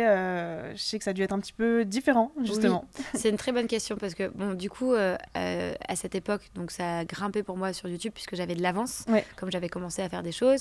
J'ai eu mes premières vidéos, j'ai tourné au Lax vraiment en me disant, mais vraiment, sans me dire, je vais buzzer, j'ai jamais eu... tu vois, je me suis jamais dit, je vais devenir 2 millions d'abonnés, la chaîne numéro 1 en France. Jamais de la vie, tu vois, vraiment. Enfin, j'ai jamais, tu vois, projeté ça. Ah ouais, j'imagine. Et en fait, du coup, ça a vraiment monté pendant un moment. Dès que je faisais des vidéos, c'était explosif. C'était 300 000 vues dans la semaine. C'était le million, souvent, au bout de 15 jours. J'ai beaucoup de vidéos qui ont fait 1 million de vues. Et j'ai d'ailleurs 850 millions de vues sur ma chaîne, tu vois. C'est énorme, enfin, tu vois. Incroyable. Et ça a vraiment explosé. Puis il y a eu le Covid. Et je me suis dit, comment je vais entretenir, tu vois. Donc, j'ai fait des vidéos en extérieur. On a fait des vidéos chacun chez soi. J'ai fait des petits montages. Et j'ai l'impression qu'à peu près, sur cette période de Covid, les réseaux sociaux, ça a un peu basculé. Tu vois, les gens qui regardaient beaucoup YouTube ont un peu quitté. Enfin, il y a eu un genre de truc un peu qui a basculé sur les réseaux. Tu le sens à ce niveau-là. J'ai l'impression. Tu vois, en fait, il y a d'abord eu un lacet total, tu vois, où tout le monde a dit, je peux plus les écrans, tu vois, avec la nature, aller se balader, respirer. Et puis, quand c'est revenu, ça a vraiment changé. Et puis aussi, il faut savoir que moi, j'ai beaucoup de jeunes qui me regardent, donc il y a des gens de tous les âges sur ma chaîne, mais il y a beaucoup de jeunes qui regardent quand même. Et ces jeunes-là qui regardaient YouTube, chaque génération veut son réseau. Donc tu vois, il y a eu la génération Facebook, il y a eu la génération Instagram, il y a la génération TikTok. C'est propre à la jeunesse, en fait, d'avoir envie d'avoir son endroit, tu vois, l'endroit où tes parents ils sont sur Facebook, t'as pas envie d'être sur Facebook, tu vas être sur Instagram, c'est ton réseau. Tu vois, tes parents sont sur Instagram, toi t'es sur TikTok, chacun son réseau, tu vois, il y a un petit truc un peu comme ça. Il y a une bascule d'âge aussi qui est arrivée. Et donc, ma chaîne YouTube s'est mise à moins fonctionner. Déjà parce que je mettais moins de contenu. Covid, moi, je suis tombée enceinte à la fin du Covid. J'ai une grossesse compliquée, donc pas de réseau, etc. Je suis restée vraiment tranquille. Et donc, la grossesse, voilà, j'ai pas dansé. Donc, ça fait un petit arrêt de presque 2 ans où il n'y avait pas trop de vidéos. Et quand je suis revenue, en fait, là, il y a eu la bascule. Tu vois, c'était TikTok. Et donc, les vidéos sur la chaîne ont moins marché, puis un peu moins. Et pour être honnête, aujourd'hui, je regarde aussi moins de contenu sur YouTube. Je me pose sur YouTube, c'est quand j'ai envie. Tu vois, je suis dans mon canapé, je mets la télé. Et là, je regarde des vidéos longues, même de danse, tu vois, mais je me pose. Mais par contre, dans les transports, je suis plus à scroller, tu vois. Et c'est vrai qu'on sait que les jeunes aiment regarder plutôt TikTok parce qu'ils n'ont pas de choix à faire. C'est-à-dire que sur YouTube, nous, on choisit. On regarde les vignettes, on se dit, je vais regarder ça. On fait le choix. Donc, si le contenu ne te convient pas, tu dois quitter le contenu et aller en chercher un autre. On a été éduqués comme ça et c'est OK, sauf que les plus jeunes, en fait, eux, ils ont l'habitude d'avoir le contenu qui arrive et c'est tout de suite ce qu'ils aiment. C'est clair, et donc ils veulent voilà, et je me suis dit là du coup on a changé de plateforme.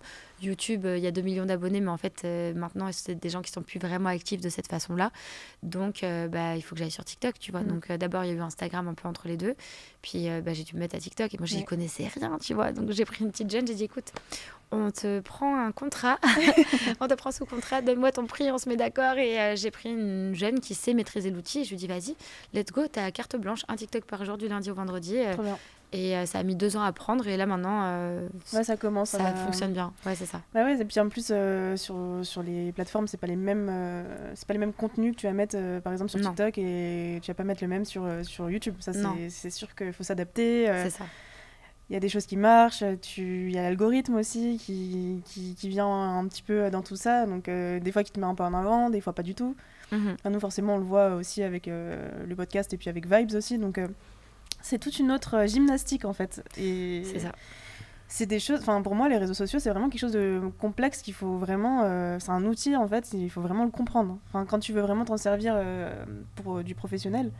Et je pense que tu vois dans la danse, au début je pense qu'on se rend pas forcément compte tout de suite de tout ce que ça implique derrière, de toutes les casquettes que tu dois porter. Je dis danseur mais je parle tout le milieu artistique.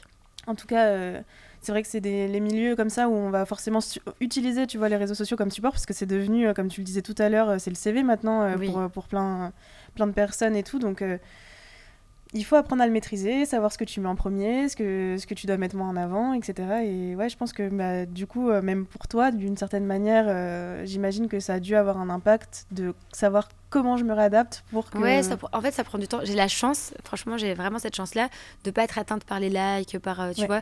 Je me dis pas, oh, j'ai fait cette vue et tout, genre ça m'anéantit pas. Grave, je me dis, oh non, je me dis plus, fais chier parce qu'en fait, c'est du travail. Tu vois, je me dis, oh non, fais chier, tu vois, parce qu'il faut trouver des solutions. Mais en fait, je fais bien la part des choses entre le like et la qualité. En fait, tu vois, quand tu vois certains artistes qui sont très talentueux, qui ont peu d'abonnés, tu vois, et qui travaillent pas leur image et qui sont des super artistes et qui travaillent, qui font des belles choses, tu sais que c'est aussi possible, tu vois. Et tu te dis qu'en fait, ça n'a rien à voir, tu vois, le nombre de likes, etc. Cependant, la visibilité que ça t'apporte, quand tu remplis un stage, si tu as cette visibilité-là, tu peux le remplir tout seul, ton stage. Donc, du coup, tu gères tout seul ton stage. Si c'est pas le cas, tu es obligé de passer par une structure, une école de danse, en fait, qui va du coup faire la lumière pour toi et qui va prendre une partie des revenus, tu vois. Donc, si tu as envie d'être autonome, si tu as envie de faire comme tu veux, donner ton stage là, le concept que tu veux, les studios que tu veux, si tu as envie de donner un stage un mercredi soir pendant 4 heures, peut-être que dans ces studios-là, la salle, elle n'est pas dispo et que tu peux pas faire le concept que tu as envie, et tu vois. Donc, en fait, c'est une forme de liberté aussi de te dire je peux louer, je fais le concept que je veux, mais pour avoir cette liberté, il faut de la visibilité, et pour avoir cette visibilité, il faut passer du temps à maîtriser cet outil des réseaux sociaux. Et voilà, comme je te dis, voilà, moi je suis attentive aux likes, aux vues, mais vraiment dans le sens de me dire ok, j'ai cette visibilité là, donc en fait si je lance un stage c'est ok, ou mince là en ce moment c'est pas top, du coup quel contenu je peux mettre pour pouvoir ouvrir ma visibilité. Ok, là je cible, tu vois, par exemple j'ai une story qui a fait presque 30 000 vues la semaine dernière. Je me dis super, j'ai un spectacle à vendre pour le 3 mai, hop, je la colle derrière, tu vois. Je vois ça dans mes chiffres, je me dis super, je vais mettre tout de suite derrière. Et en fait, c'est un réflexe plus vraiment comme un outil. Enfin, c'est ce que c'est d'ailleurs. Pour moi, c'est vraiment ce que c'est, mais c'est pas un outil d'ego, tu vois. C'est pas quelque chose où je me dis oh, j'ai tant de likes, ou on m'aime, ou j'en ai pas du tout, je suis moche, on m'aime plus, tu vois. C'est pas, vraiment pas, je suis pas dans ça, tu vois. Je fais vraiment la part des choses, c'est un outil, mais parce que YouTube, ça a été ça pour moi à 17 ans, donc j'ai vraiment grandi dans cette, tu vois, d'outils de visibilité. Ouais, c'est clair, t'as pas du tout un rapport entre guillemets toxique avec les réseaux sociaux. Heureusement. Heureusement, parce que quand t'as une chaîne de 2 millions d'abonnés et que d'un coup elle se met à plus fonctionner, heureusement que t'as pas. Que t'as pas ce rapport-là. Parce que sinon tu dis je suis tout pourri, j'ai plus rien. Enfin, tu vois. Heureusement que tu te dis en fait les gens ont migré, c'est l'algorithme, c'est machin. Enfin, tu vois. Tu l'as rationalisé un peu tout ça. Oui, en fait, je me suis renseignée, je me suis dit ok, qu'est-ce qui se passe. J'ai écouté des podcasts, j'ai fait des recherches, j'ai écouté, tu vois, des documentaires, des trucs là-dessus, j'ai compris. Je me suis dit ok, donc les gens fonctionnent comme ça maintenant, donc qu'est-ce qu'il faut, tu vois, tu cherches des solutions. Ça sert à rien de te chercher des solutions. C'est sûr, et puis de tout te remettre sur toi en disant que c'est pas ce que c'est, tu vois. Heureusement, le nombre d'artistes qu'on connaît, même toi, je sais que t'en connais, j'imagine, des gens qui sont géniaux, qui ont du talent de ouf, qui sont pas sur les réseaux, tu vois. Et ça n'enlève en rien la valeur, et tu vois d'autres personnes qui font poète, tu vois, qui font des vues et qui, tu vois, ça n'a rien à voir. Heureusement que la qualité n'a pas à voir. Mais par contre, c'est se dire, ok, j'ai besoin de visibilité, et aussi de rester aligné avec ce que tu proposes, tu vois, de pas te dire si tu as fait de la visibilité sur un mauvais buzz, par exemple, tu n'as pas fait exprès, je sais pas, tu fais une vidéo et il y a une personne qui a fait un truc et ça, c'est pas ce que tu voulais montrer, tu vois, tu voulais montrer ça, les gens ils ont vu ça et ça buzz sur ça, les commentaires c'est sur ça, c'est pas te dire ça marche donc je vais aller, tu vois, ça c'est un truc toxique, mauvais, tu vois, c'est te dire oh putain, fais chier, c'est pas ça que je voulais montrer, moi je bloque les commentaires, je me dis fais chier, tant pis, tu vois. Et même si les commentaires, du coup, le fait que t'en aies beaucoup, ça fait monter ta vidéo, moi je veux pas de cette visibilité là, tu vois, je me dis c'est pas ce que je voulais montrer, moi je voulais montrer ça, donc du coup comme on est en train de dévier, je bloque les commentaires et si ça continue, j'enlève la vidéo, tant pis, tu vois. C'est pas ce que je veux montrer. C'est aussi rester aligné à ça et pas te dire avare, tu vois, tu prends la visibilité telle qu'elle est. C'est pas n'importe quelle visibilité non plus, c'est celle qui te correspond, qui est dans ton axe, qui est alignée avec tes valeurs, oui. ce que tu as envie aussi de partager à la base. C'est ça, tu vois. C'est important. Sinon, ça te fait changer un petit peu qui tu es pour de la visibilité et de la mauvaise visibilité parce que voilà, si tu mets une vidéo et ça buzz par rapport à un truc qui te plaît pas et que les gens ça commentent là-dessus et que tu laisses faire. En fait, si tu laisses faire, c'est que t'es ok, tu vois. Enfin, tu vois. Et moi, pour le respect de mon travail en général, c'est niette, tu vois. Je préfère avoir moins que. Tu vois, à l'époque où YouTube ça a démarré, j'ai eu ce genre de parents qui me dit, une jeune fille en fait qui avait explosé, une maman qui me disait moi c'est soit elle est devant, soit elle fait pas la vidéo. Je dis elle fait pas la vidéo, ok, tu vois, pas de souci. Ouais, mais les autres chorégraphes, genre, mais moi je suis pas les autres chorégraphes et en fait je m'en fous. À un moment, genre si elle mérite d'être devant, elle sera devant. Si elle mérite d'être sur le côté parce que c'est comme ça aujourd'hui, parce qu'un autre enfant mérite et parce qu'on fait tourner aussi, parce que c'est pas toujours les mêmes, bah en fait ça sera comme ça, tu vois. Et si c'est pas ok, bah tant pis. Bah tu vois. Si, moi, c'est en gros, mon axe. ils sont pas alignés avec ton travail Non. et ta vision. Pas de la visibilité à tout prix. Bah ouais, c'est sûr. De la bonne visibilité. Tu vois, par exemple, aujourd'hui, quand on m'appelle pour un projet, on sait qu'il n'y aura pas de débordement, tu vois. On sait que ça va... Même, comme je travaille avec des enfants, les parents qui mettent les enfants dans les mains, ils savent qu'il n'y aura pas de débordement, tu vois. Ils ont confiance, c'est aussi gage de confiance. Donc, en fait, tu perds peut-être cette visibilité que tu pourrais prendre, mais en fait, vu que c'est de la visibilité pourrie, tu vois, et qui renvoie une mauvaise image, bah, en fait, faut pas la prendre, tu vois. C'est des pièges, faut pas prendre ça. Mais c'est ça, c'est des pièges. Ouais, c'est clair. C'est ça, c'est... Après... moi, je sais que je fais vraiment, vraiment attention à ça. Et encore, il n'y a pas plus tard qu'il y a 15 jours, j'ai retiré, tu vois, une vidéo en me disant, bah, mince, moi, je voulais montrer quelque chose. Et il y a eu des propos homophobes sur un enfant, tu vois. Wow. Alors au début, du coup, je me suis dit, attends, qu'est-ce qui se passe? Donc j'ai supprimé les commentaires. Et les commentaires sont revenus très vite. Je me suis dit, bon, bah, les gens savent pas se tenir. J'ai d'abord supprimé, j'ai enlevé la possibilité de mettre des commentaires. Voilà. Ouais. Et je me suis dit, j'ai pas envie d'enlever la vidéo parce qu'en fait, moi, je suis fière de ça. Je suis fière de ces enfants. Et en fait, je m'en tape, tu vois, de leurs propos et tout. Ils ont qu'à penser ce qu'ils veulent. Mais voilà, j'ai protégé. Et après, j'ai laissé parce que mon axe, c'est notre travail. Et notre travail, il est très bien, tu vois. Et après, si les gens ont envie de penser des trucs chelous parce qu'ils sont tordus dans leur tête, tu vois. Ouais, c'est clair. Et du coup, toi, à quel moment tu t'es dit que l'image, ça allait être aussi important dans ta carrière? Toujours, franchement, toujours, parce que à 13-14 ans, tu vois, j'étais très très jeune. Enfin, j'avais pas encore cette notion-là. Et j'étais déjà dans les skyblogs, une belle image. Je refaisais 17 fois s'il n'y avait pas l'orteil comme ça par rapport au pied, tu vois. Mon texte, le retravailler. Enfin, je prenais vraiment le temps déjà. Donc, en fait, toujours... Je sais pas trop, je pourrais pas t'expliquer d'où c'est venu. Ouais, c'est ce que j'avais demandé, je saurais pas dire. Je sais pas, mais pour moi, ça a toujours, je me suis toujours dit, il faut bien présenter, il faut montrer ce que je peux faire de meilleur, il faut que les photos, le machin, le texte, ça soit ce que j'ai fait de plus gros en haut. Enfin, tu vois, j'ai toujours eu cette réflexion-là, oui, en gros. Toujours, mais je sais pas exactement pourquoi. Ouais. Après, mon père était chanteur. Il a sorti un vinyle, tu vois, à l'époque. Tu vois, remonte, hein. Il a sorti un vinyle, il était chanteur, il a arrêté de chanter quand je suis née. Après, il avait un studio d'enregistrement, donc avec une plaquette. Il avait le 3e plus gros studio d'enregistrement de France. Il bossait avec ma mère ensemble, tu vois. Et donc, il y avait la plaquette du studio. Enfin, tu vois, il vendait à des gros artistes à l'époque, les Wars Apart, Patrick Bruel, Obispo. Enfin, tu vois, c'était des gros artistes de l'époque et plein d'autres. Tous les gros titres de rap, la plupart... qu'on écoutait dans les années 90 ont été enregistrés chez lui. Donc peut-être dans sa négociation, son rapport à l'autre, peut-être dans ses plaquettes, quand je voyais comment il présentait son studio pour le vendre, peut-être... Implicitement, peut-être que tu as intégré des choses comme ça. Ouais. Peut-être, mais c'est vraiment une réflexion que j'ai jamais eu à construire, tu vois. Ça a toujours été logique. Et aussi le fait de rester dans mon axe, ça a toujours été logique parce que j'ai eu des choix à faire. Par exemple, quand j'étais chez Coréa, en école de danse, moi je voulais mon diplôme d'état, je voulais enseigner et je me suis dit je veux mon diplôme. Et il y a des danseurs qui sont partis dans une autre école concurrente qui fait des stagiaires, tu vois. Et donc moi je me suis dit soit donc je reste dans l'école où je suis, je passe mon diplôme, mais du coup j'ai pas assez de portes ouvertes, c'était à l'époque où je voulais encore danser, pour monter sur les plateaux, soit je vais dans l'autre école donc pour être stagiaire, mais du coup c'est plus pour danser, et en fait je passerai pas mon diplôme d'état parce que la base c'était pas à l'époque le meilleur endroit pour passer son diplôme d'état. Et je me suis dit non, je passe mon diplôme, tu vois. Et je voyais mes copines qui avaient quitté la classe, qui étaient sur le plateau de la Starac et tout. Moi, j'étais là, non, et tout. Je regardais, je rêvais, tu vois, d'aller à la télé et tout. Je voyais, j'étais là, non, je les regardais à la télé le samedi soir, non, tu vois. Et en même temps, je me disais, moi, mon axe, tu vois, c'est pas ça. Mon axe, c'est pas d'aller tout de suite à la télé et d'être contente et tout. Et je veux passer mon diplôme, je veux être prof, tu vois, en premier. Et donc, ça a été hyper dur, c'était des décisions dures comme ça. Ou une autre fois, on m'a proposé d'être le rôle principal chanteuse-danseuse sur Chante, la série sur France 2. Et en même temps, j'avais réservé 2 mois à New York pour me former, tu vois. Et j'avais déjà payé, tu vois. Et j'avais travaillé 1 an entier pour faire ça. Et ma famille m'avait aidée, tu vois. Donc, je me suis dit, oh, waouh. Et donc... Et les tournages étaient étalés sur tout l'été. Je me suis dit, là, j'ai un choix à faire. C'est soit je plaque mon voyage... Et ma famille s'est investie, tu vois, ils ont travaillé pour le payer aussi. Et soit je vais dans une série, tout de suite je suis à la télé, je vais danser, je vais rencontrer des gens, tu vois, je vais être tout de suite à l'image, rôle principal d'une série sur une saison entière, tu vois. C'était hyper dur. Bah ouais, j'imagine. Et Martine Curtacadé, mentor. Martine, je sais que tu as fait une série, je sais que tu as fait New York aussi dans ta vie. Qu'est-ce que tu as préféré à ton avis? Elle m'a dit, je peux pas choisir pour toi.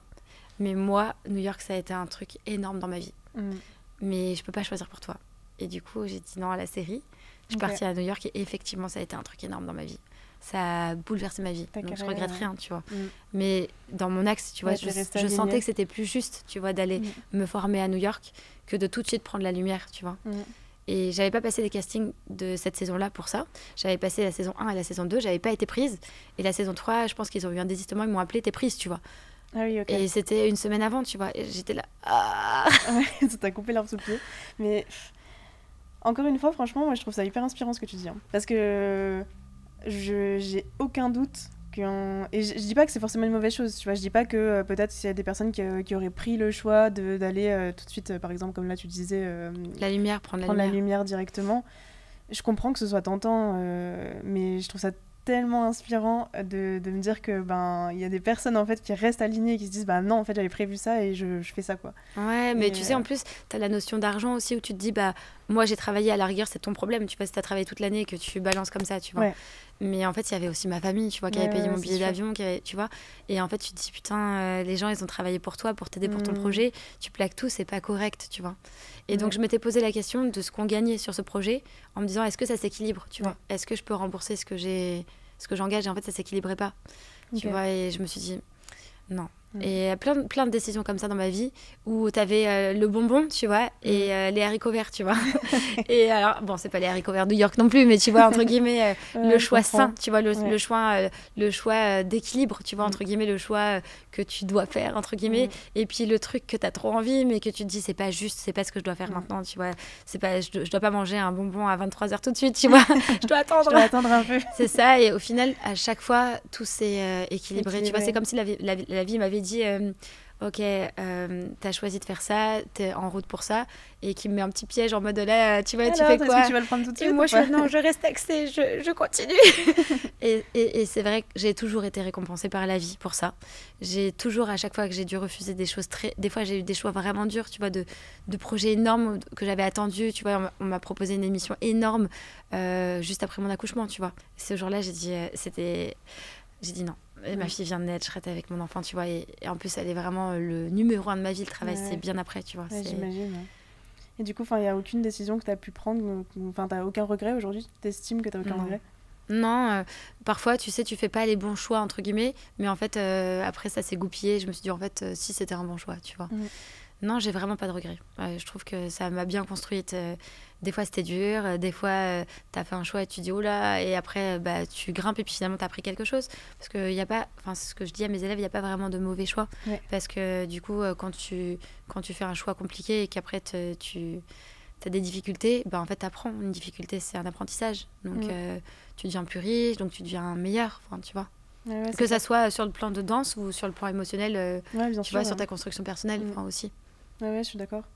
Et même d'un point de vue... il y a une autre question aussi, parce que là, j'avais parlé de réussite, et je sais que le mot réussir, il est très vaste. Pas dire. Et comment tu te situes, toi, par rapport à ça? Pour moi, réussir, et je le dis souvent aussi à mes danseurs, c'est être à l'endroit où tu veux. C'est-à-dire que si je peux aller à la gare à 15h30 et que je suis à la gare à 15h30, j'ai réussi. Tu vois. Donc, pour moi, il n'y a pas un mot genre t'as réussi dans ta vie, c'est plutôt t'as réussi de là où tu veux aller. Aujourd'hui, mon rêve, c'était d'être maman. Tu vois, je suis maman, donc j'ai réussi à être maman, tu vois. Mon rêve, c'était de pouvoir avoir du temps privilégié avec mon enfant et de pouvoir faire la danse à côté. C'est OK aussi, tu vois. Et de faire de la télé avec les enfants, et c'est le cas aussi. Donc, je peux me dire que j'ai réussi mes objectifs à moi. J'en ai d'autres, tu vois, que j'ai pas réussi, du coup, puisque j'ai pas encore réussi à y arriver. Et en fait, je pense que la vie, c'est des objectifs de réussite à l'infini, tu vois. Donc, on peut pas se dire à un moment...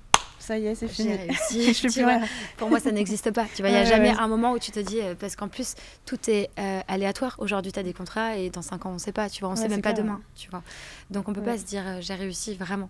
Ouais, puis je pense que c'est aussi ce qui nous stimule. Le fait d'avoir toujours quelque chose qu'on a envie de réussir ou un objectif. Là, je veux mon école. Je veux mon école. Ok, super, c'est vrai. Ouais. Trop bien. S'il y a des gens par là qui veulent monter une école de danse, je cherche. Bah, franchement, le message est passé. Mais je pense que ça, c'est un bel objectif. Et... J'aimerais vraiment, j'ai plein d'idées, j'ai vraiment envie. Trop bien. Sur Paris, du coup en banlieue plutôt. Ok. Ouais. Paris, il y a déjà plein d'écoles. En plus, c'est mes potes. Non, en banlieue, j'ai envie d'aller chercher ma fille à l'école à 16h30 tous les jours. C'est beau. C'est beau. Alors moi, j'avais aussi une petite question. Parce que... on en a déjà parlé tout au long de l'interview, mais c'est vrai que toi, alors, je vais pas te mettre aussi dans la case sur laquelle on t'a mise. Non, je plaisante. Mais je sais que tu travailles beaucoup avec les enfants, Oui. du coup, avec les plus jeunes. C'est quoi qui t'a, entre guillemets, où tu t'es dit, mais j'ai envie de faire ça, j'ai envie d'accompagner les jeunes. Et surtout, je dirais même plus, parce que alors, dans les écoles, peut-être plus en France qu'à l'étranger, j'ai l'impression, en tout cas dans les plus petites structures, qu'on va mettre les enfants pour le coup dans une case, c'est-à-dire la case enfant, où on va se dire en fait on va leur apprendre des choses simples et puis après quand ils auront appris les choses simples on va les mettre dans la case ado et là ils vont apprendre des choses un peu plus dures, etc. Et toi du coup tu t'es dit non, ils seront forts direct. Alors là ta question elle va chercher quelque chose de très loin. Okay.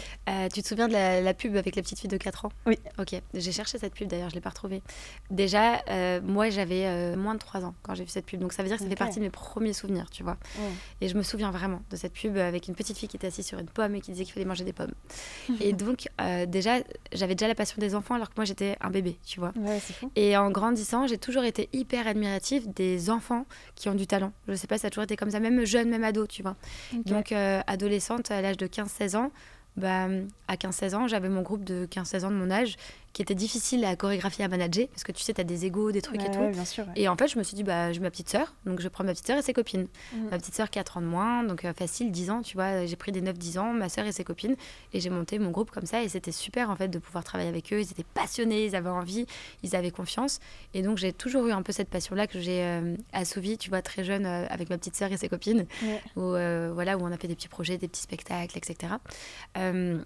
Ça, c'est pour répondre à ta première question. Et la deuxième question, en fait, j'ai passé une audition pour rentrer en école pro quand j'avais du coup 18 ans, où j'ai été une vraie quiche, mais vraiment, mais parce qu'en fait, personne m'a appris.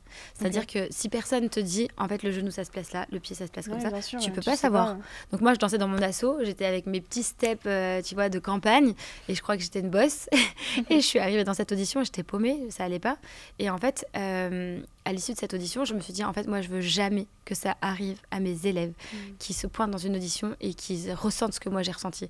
C'était vraiment horrible de me dire, en fait, de rentrer dans une audition pleine d'espoir et solaire en me disant, je vais m'éclater, je vais déchirer mon audition, je sais faire plein de choses avec une énorme confiance et heureuse, tu vois, et de ressortir en me disant, en fait, je sais pas danser, tu vois. Et en fait, en l'espace d'1 heure, j'ai compris que j'avais rien appris pendant 10 ans, tu vois. Et je me suis dit, je ne veux jamais que ça arrive à mes élèves. Je veux jamais que mes petits bouts là, tu vois, et je veux qu'ils aillent à New York prendre des cours et qu'ils soient trop forts. Et tu vois, ça s'est passé pareil quand à 18 ans j'ai été à New York, que j'étais dans le cours justement de Derek Mitchell et tout cette année-là. En fait, à Paris j'étais en cours interavancé, donc à New York je vais en cours interavancé. Erreur. Les cours de New York c'est pas du tout pareil. En fait, j'ai fini en cours débutant à galérer, tu vois. En cours interavancé c'était des grands malades, ils passaient des pirouettes et des sauts dans tous les sens. Et en fait j'avais pas même pas compris la traversée à droite. Et ils me regardent, ils font à gauche. Déjà à droite, alors j'ai traversé la salle en marchant, tu vois, mais parce que je pouvais pas faire autrement. Et j'appelais ma mère tous les soirs, je lui dis mais en fait je sais pas danser, je pleurais, tu vois, je lui dis mais j'ai rien appris, j'ai rien appris pendant toutes ces années. Et je me suis dit en fait c'est pas normal quand tu es un danseur passionné que au moins tu saches pas qu'on t'apprend pas correctement, parce que en fait quand tu prends un cours avec un chorégraphe, avec un professeur. Soit on te dit ici c'est un cours de loisir, donc du coup voilà c'est machin. Si tu sens que tu as un enfant qui est très passionné, de lui dire t'es super passionné, tu devrais aller prendre des cours dans des structures où on forme, ou tu vois on devrait faire comme ça, tu vois. Et en fait c'était pas le cas, et moi je me suis dit je veux les former correctement, je veux qu'ils sachent. Et après, il y a des enfants parfois qui viennent dans mes cours et qui se rendent compte que eux, ils ont plus envie de faire de la danse loisir. Ils ont envie de faire de la danse après l'école, avec les copains pour s'amuser, mais sans tout cet enjeu de compétition. Tu vois, et ça va, c'est ok. Tu vois, je leur dis, il y a telle structure, où la danse est comme ça, on s'entend bien. Et en fait, ils vont danser ailleurs. et je leur dis bah viens sur les stages, comme ça on se retrouve, tu vois. Mais il n'y a pas de souci, moi je leur dis, ici c'est pas la danse loisir 100%. Bien sûr il y a la passion, il y a l'amour, heureusement, tu vois. On aime danser, il y a des cours où c'est plus léger, mais par contre on se forme, on fait des barres techniques comme des grands, enfin tu vois, on a du travail physique, enfin tu vois, comme les grands. Donc et ouais, je me suis dit, moi je veux que mes petits ils soient forts. Et en fait ça a été par rapport à une expérience personnelle, tu vois, où je me suis dit la souffrance que ça m'a donné, autant d'aller dans cette audition où je me suis dit catastrophe, même quand je suis rentrée en école de danse, pareil, je me suis dit catastrophe, je connais rien, tu vois, je savais rien, je savais pas faire un pas de bourré, tu vois. À 18 ans, tu sais pas faire un pas de bourré, tu te dis attends, j'ai fait 10 ans de danse, j'ai appris quoi, tu vois.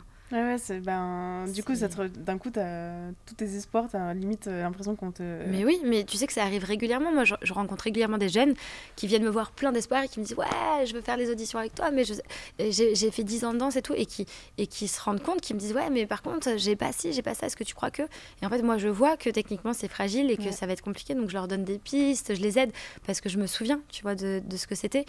Aujourd'hui, on a les réseaux. Donc, en fait, tu vois, tu peux te rendre compte, tu peux te dire... Oula, moi je sais pas faire ça, elle a le même âge que moi, tu vois, peut-être je dois mettre une pile. Mais nous on pouvait pas savoir, il y avait pas YouTube. Tu sais pas ce qui se passe à côté. Donc en fait, quand tu débarques dans un autre endroit, bah tu découvres sur le moment, tu vois. Ouais, c'est clair. Et c'est là où tu te prends une claque, quoi, en gros. Ah, c'était chaud, hein. Donc c'est pour ça que je me suis vraiment butée à me dire, moi mes petits, je vais faire mon job bien parce que j'ai pas aimé que moi on fasse pas le job carré avec moi. Après.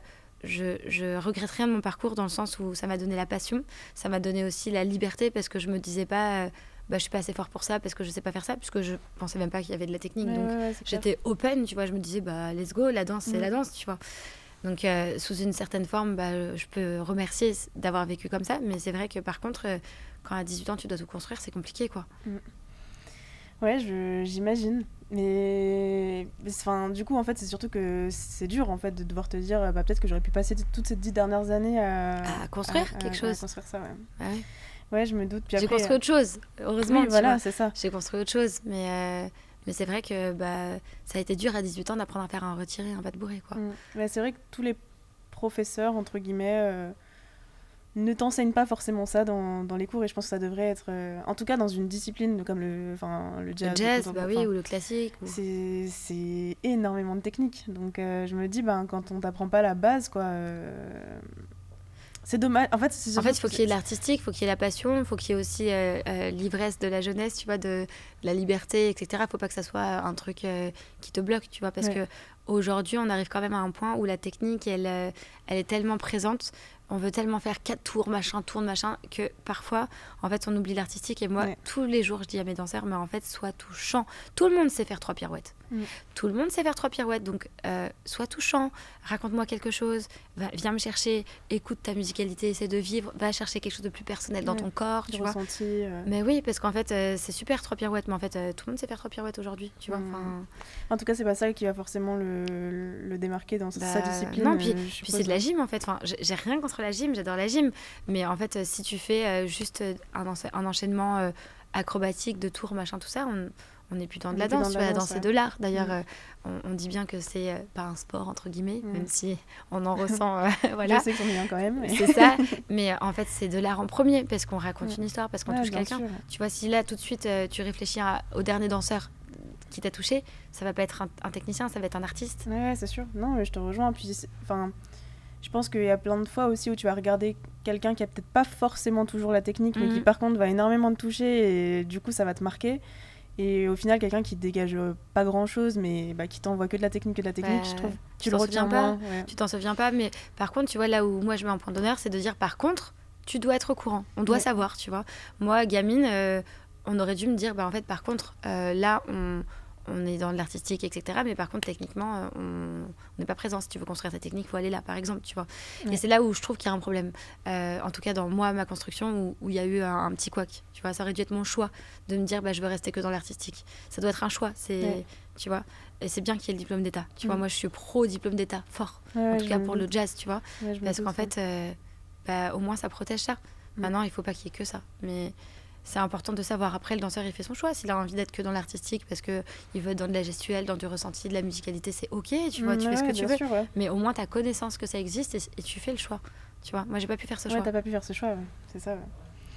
Ouais, c'est intéressant. Puis du coup, dans enfin, tu disais donc que c'est aussi pour ça que tu as voulu en fait apprendre à transmettre donc aux plus jeunes la technique, les bases, etc. C'est quoi que tu ressens, enfin en tout cas qu'est-ce qui est difficile peut-être alors j'imagine qu'il y a des choses qui sont peut-être beaucoup plus faciles avec les enfants, peut-être comme tu parlais tout à l'heure, il y a peut-être moins d'ego, il y a des choses où peut-être ils vont beaucoup plus se familiariser et puis aussi je pense qu'il y a une attache envers Oui, c'est sûr. le mentor entre guillemets.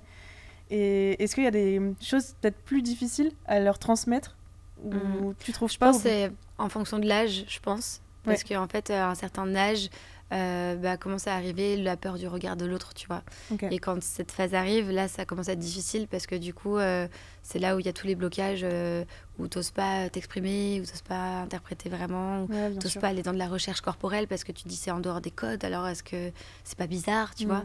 Donc on fait des exercices pour ça, mais je pense la chose la plus difficile que j'ai à faire et que je me bats vraiment corps et âme pour ça, c'est de les détacher de l'importance du regard des autres, tu vois. Ouais. Et même là, par exemple, j'ai mis un TikTok sur mes réseaux il y a 2 jours où je me prends pas au sérieux, où je danse dans le métro, genre je fais n'importe quoi, où j'accueille les passagers sur une musique de jazz et tout, et je danse n'importe comment à Châtelet, tu vois. Mais en fait, c'est l'histoire de leur dire, mais en fait, le ridicule ne tue pas, amuse-toi, danse, fais-toi plaisir. Enfin, tu vois, à un moment, la danse est de la danse, et puis juste détache-toi de cette importance de l'image, tu vois. Alors après, c'est très drôle de dire ça, c'est l'hôpital qui se fout de la charité, puisque moi, je ne danse pas, tu vois. J'ai ce problème-là. Mais bon, j'ai vraiment à cœur de dire aux enfants, voilà, en fait, détache-toi de ça, sois bien avec toi, cherche ton propre chemin, tu vois. Cherche à l'intérieur de toi ce que tu peux apporter de nouveau, tu vois, qui n'existe pas encore dans la danse. Et c'est pour ça que tu vois, dans mes élèves, tu as autant une danseuse qui va être dans quelque chose de, par exemple, de très lyrique, technique, quelqu'un qui va aller dans des écoles très contemporaines, beaucoup plus organiques, pour intégrer des grandes compagnies. Il y en a une là qui passe l'audition pour Ofèche, tu vois, par exemple, qui a dansé, elle dansait au conservatoire en parallèle de chez moi, tu vois, et elle a intégré une grande école depuis 2 ans, et maintenant, voilà, elle est passée par ici aussi, donc c'est une petite brique parmi tout son parcours, mais il y en a vraiment dans divers domaines. Il y en a qui sont en talons, il y en a qui sont dans le commercial mode, enfin, tu vois. Et en fait, c'est cool, tu vois, de se dire, en fait, ils viennent et ils prennent ce qu'ils ont à apprendre, mais tout est ouvert et tu peux aller là, tu vas où tu veux, tu vois. C'est important. Ouais, carrément. Et du coup, toi, comment ça se passe au niveau de tes formations si tu pouvais un petit peu nous en parler assez rapidement.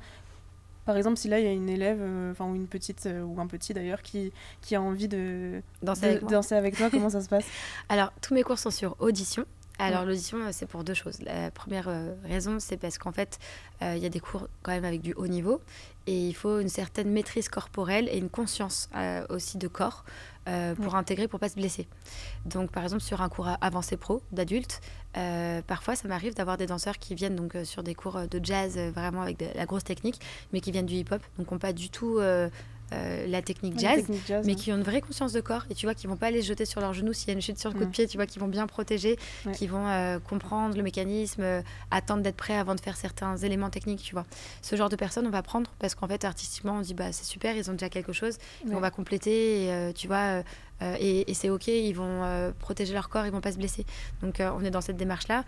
Sur des cours ados, on est plus sur une démarche d'homogénéité, c'est-à-dire que le groupe a à peu près le même niveau. Donc en fait on va prendre des danseurs qui ont un niveau proche ou sinon même si c'est un petit peu en dessous, mais on sent qu'ils ont les moyens, les outils, les clés, parce qu'en fait il y a des clés techniques aussi à avoir pour pouvoir y arriver, c'est-à-dire que même s'ils n'ont pas tout encore dans le corps, ils ont la compréhension, donc ils sont dans la bonne direction pour atteindre ce niveau, donc là c'est ok. Et chez les tout petits, et là on est plus sur des auditions pour le mental, parce que moi je cherche sur le mental. Donc on est sur tu lâches pas, on te donne des exercices physiques quand même conséquent, peut-être tu auras une vingtaine de secondes de gainage, tu lâches pas, tu es à l'écoute, tu vois, on est sur ça, donc on cherche des profils d'enfants qui sont motivés, qui ont envie, puisqu'on n'est pas dans une démarche de loisir 100%, tu vois.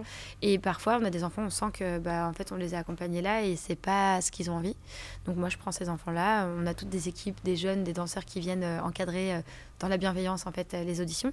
Et je descends voir les parents, je leur dis voilà, je pense que c'est pas le bon cours, votre enfant n'a pas voulu danser ou s'est pas senti bien sur l'audition, voilà. Et donc les enfants après trouvent des cours de loisirs loisir et parfois ils reviennent 1 an ou 2 après, tu vois. Et parfois pas, ils ont trouvé leur autre chose. Les animait en tout cas. C'est ça, un prof de danse c'est comme une paire de chaussures, tu vois. Ça va pas à tout le monde, tu vois. Ce que t'as au pied, peut-être ça me va pas et vice versa, tu vois. Bien sûr, Donc voilà, chacun trouve, et les auditions ça sert un peu à ça pour moi, à voir si en fait on se correspond. Et des fois, il y a des enfants que je vais sélectionner et ils se sont rendus compte pendant l'audition que c'est pas ce qu'ils voulaient. Tu vois, qui va dire à leurs parents, en fait, moi, je voulais pas ça, je voulais du gros hip-hop, machin, tu vois. Ah non, on n'est pas dans... C'est pas du hip-hop. Et donc, ça sert à ça, c'est bien aussi, tu vois. Carrément. C'est un petit moment, mais c'est vraiment dans la bienveillance. Ouais, j'imagine, oui, c'est pas quelque chose non plus d'extrêmement stressant. Non. Non, on parle, on rigole, enfin, tu vois. Non, c'est... Puis il y a des élèves qui viennent aussi pour...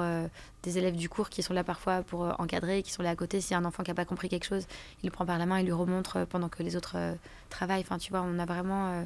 le but de mes danseurs et moi, c'est de faire en sorte que les nouveaux se sentent bien, tu vois. Que ça soit pas une mauvaise expérience. On veut que les gens sortent en se disant, j'ai passé une audition, que tu sois pris ou non, mais c'était trop bien. C'était chouette, c'était une belle expérience. Ouais. Trop cool. Voilà. Et ben écoute, déjà là on a bien parlé. Je pense que oui. Hein. Je sais pas depuis combien de temps on parle, mais je crois que ça fait longtemps. Oui. Et en tout cas c'était hyper intéressant. Moi j'avais encore 2 petites dernières questions.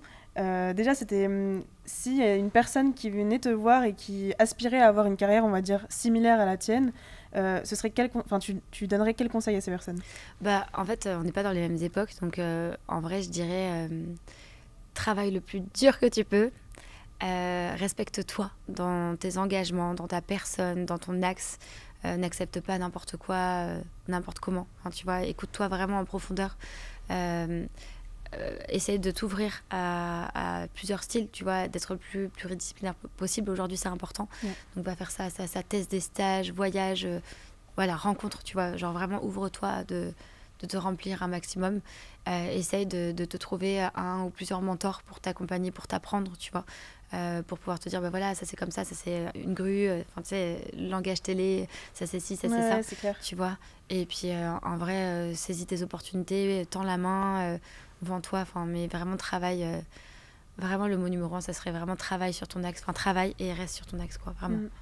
Ouais, ça fait écho un peu à tout ce que tu as dit vraiment. Juste avant. Et si là toi tu avais devant toi on va dire la petite Sabrina qui vient de commencer la danse et qui vient de débuter un peu sa carrière, est-ce que tu aurais d'autres conseils à lui donner ou ce seraient ces mêmes conseils-là? En vrai, je lui dirais rien, parce que si je lui dis quelque chose, ça va changer la trajectoire. Mais parce que la petite, par exemple, de 14 ans, donc moi, à 14 ans, quand je rêvais de faire mes émissions et tout, j'étais harcelée et tout, c'était un enfer. Enfin, tu vois, c'était très, très compliqué. J'étais recroquevillée dans ma danse, j'avais rien d'autre à l'école, c'était la catastrophe. J'allais vite au CDI, tu vois, je me cachais au CDI vite, tranquille, j'allais vite, parfois je mangeais pas à la cantine pour pas manger toute seule, j'étais vraiment, tu vois, dans mon truc. Et en fait, si j'avais voulu la rassurer, je lui aurais dit t'inquiète pas, tu vois, tu rêves de faire de la télé avec des enfants et un jour tu pourras le faire, tu seras trop contente, tu seras sur un plateau télé, tu auras des petits que t'aimes trop, qui seront à fond avec toi. Mais en fait, si je dis ça, du coup, peut-être que j'aurais pas travaillé fort comme ça. Donc en fait, je dirais rien. Et c'est, je pense, tu vois, on l'a jamais eu celui-là, mais je pense que c'est le meilleur conseil. Ouais, je dirais rien. Je pense que c'est sûr que ça pourrait influencer. Si on avait tout avant, peut-être que ça se passerait pas de la même manière. Non, parce que j'ai travaillé très fort comme ça aussi, parce que j'avais peur, tu vois, de pas réussir à aller là où je veux. Donc on a parlé de réussite tout à l'heure, mais je voulais aller là, tu vois, et je me suis dit... Et donc je travaillais très dur parce que je voulais aller là, tu vois, et aujourd'hui je travaille très dur parce que je veux y rester, tu vois. Mais je trouve que là c'est un truc hyper intéressant, ce que tu dis aussi, c'est on associe souvent la peur à quelque chose de négatif. Mais quelque part, alors faut avoir de la bonne peur, tu vois. Je pense c'est sûr que des fois, elle te fait faire, du coup, te mettre dans des états où tu te sens moins bien parce que tu la laisses trop prendre le dessus. Mais je pense en tout cas que quand la peur est du bon côté, c'est un moteur. C'est un moteur, ouais. On finira sur ça, c'est pas magnifique. La peur est un moteur. Ça rime en plus. Oui, mais je pense qu'en fait, en soi, c'est un peu vrai, d'une certaine manière. Bon, je sais pas si c'était vraiment le mot de fin, et dans tous les cas, on a une petite activité pour toi. Donc c'est pas encore totalement fini. Je cache avec moi. Alors retourne à l'école, ça y est. Exactement. Là, c'est de retour sur les bancs de l'école. Tiens, je te donne ça, le petit stylo, et je t'explique. Ok. Donc dans le format In The Box, en fait, à chaque fois à la fin, avec tous les artistes qu'on pouvait accueillir du coup dans la box, en fait, on proposait du coup aux artistes d'avoir 1 minute pour pouvoir nous faire... Trop mignon. Je t'écoute. Pour pouvoir nous faire... nous proposer en tout cas un projet de danse. Nous, en fait, avec Vibes à côté, donc on est une boîte de production et du coup, on est dans la vidéo de danse de base, on est spécialisé là-dedans. Vous êtes trop fort. C'est gentil. Donc du coup, on s'est dit, pourquoi pas amener cet aspect vidéo et faire gagner, parce qu'en fait, on rencontre des artistes qui sont merveilleux. Donc en fait, pourquoi ne pas avoir, tu vois, une petite association comme ça. Donc on propose aux artistes de nous proposer en 1 minute un petit projet de danse. Ça peut être tu peux juste parler visuel, voilà, t'es pas obligé de creuser forcément dans le projet. Tu veux que j'écrive sur l'ardoise, du coup? Ouais, tu peux écrire quelques mots, ça peut être des mots, tu peux des mots-clés, etc. C'est surtout pour toi, pour avoir un petit support.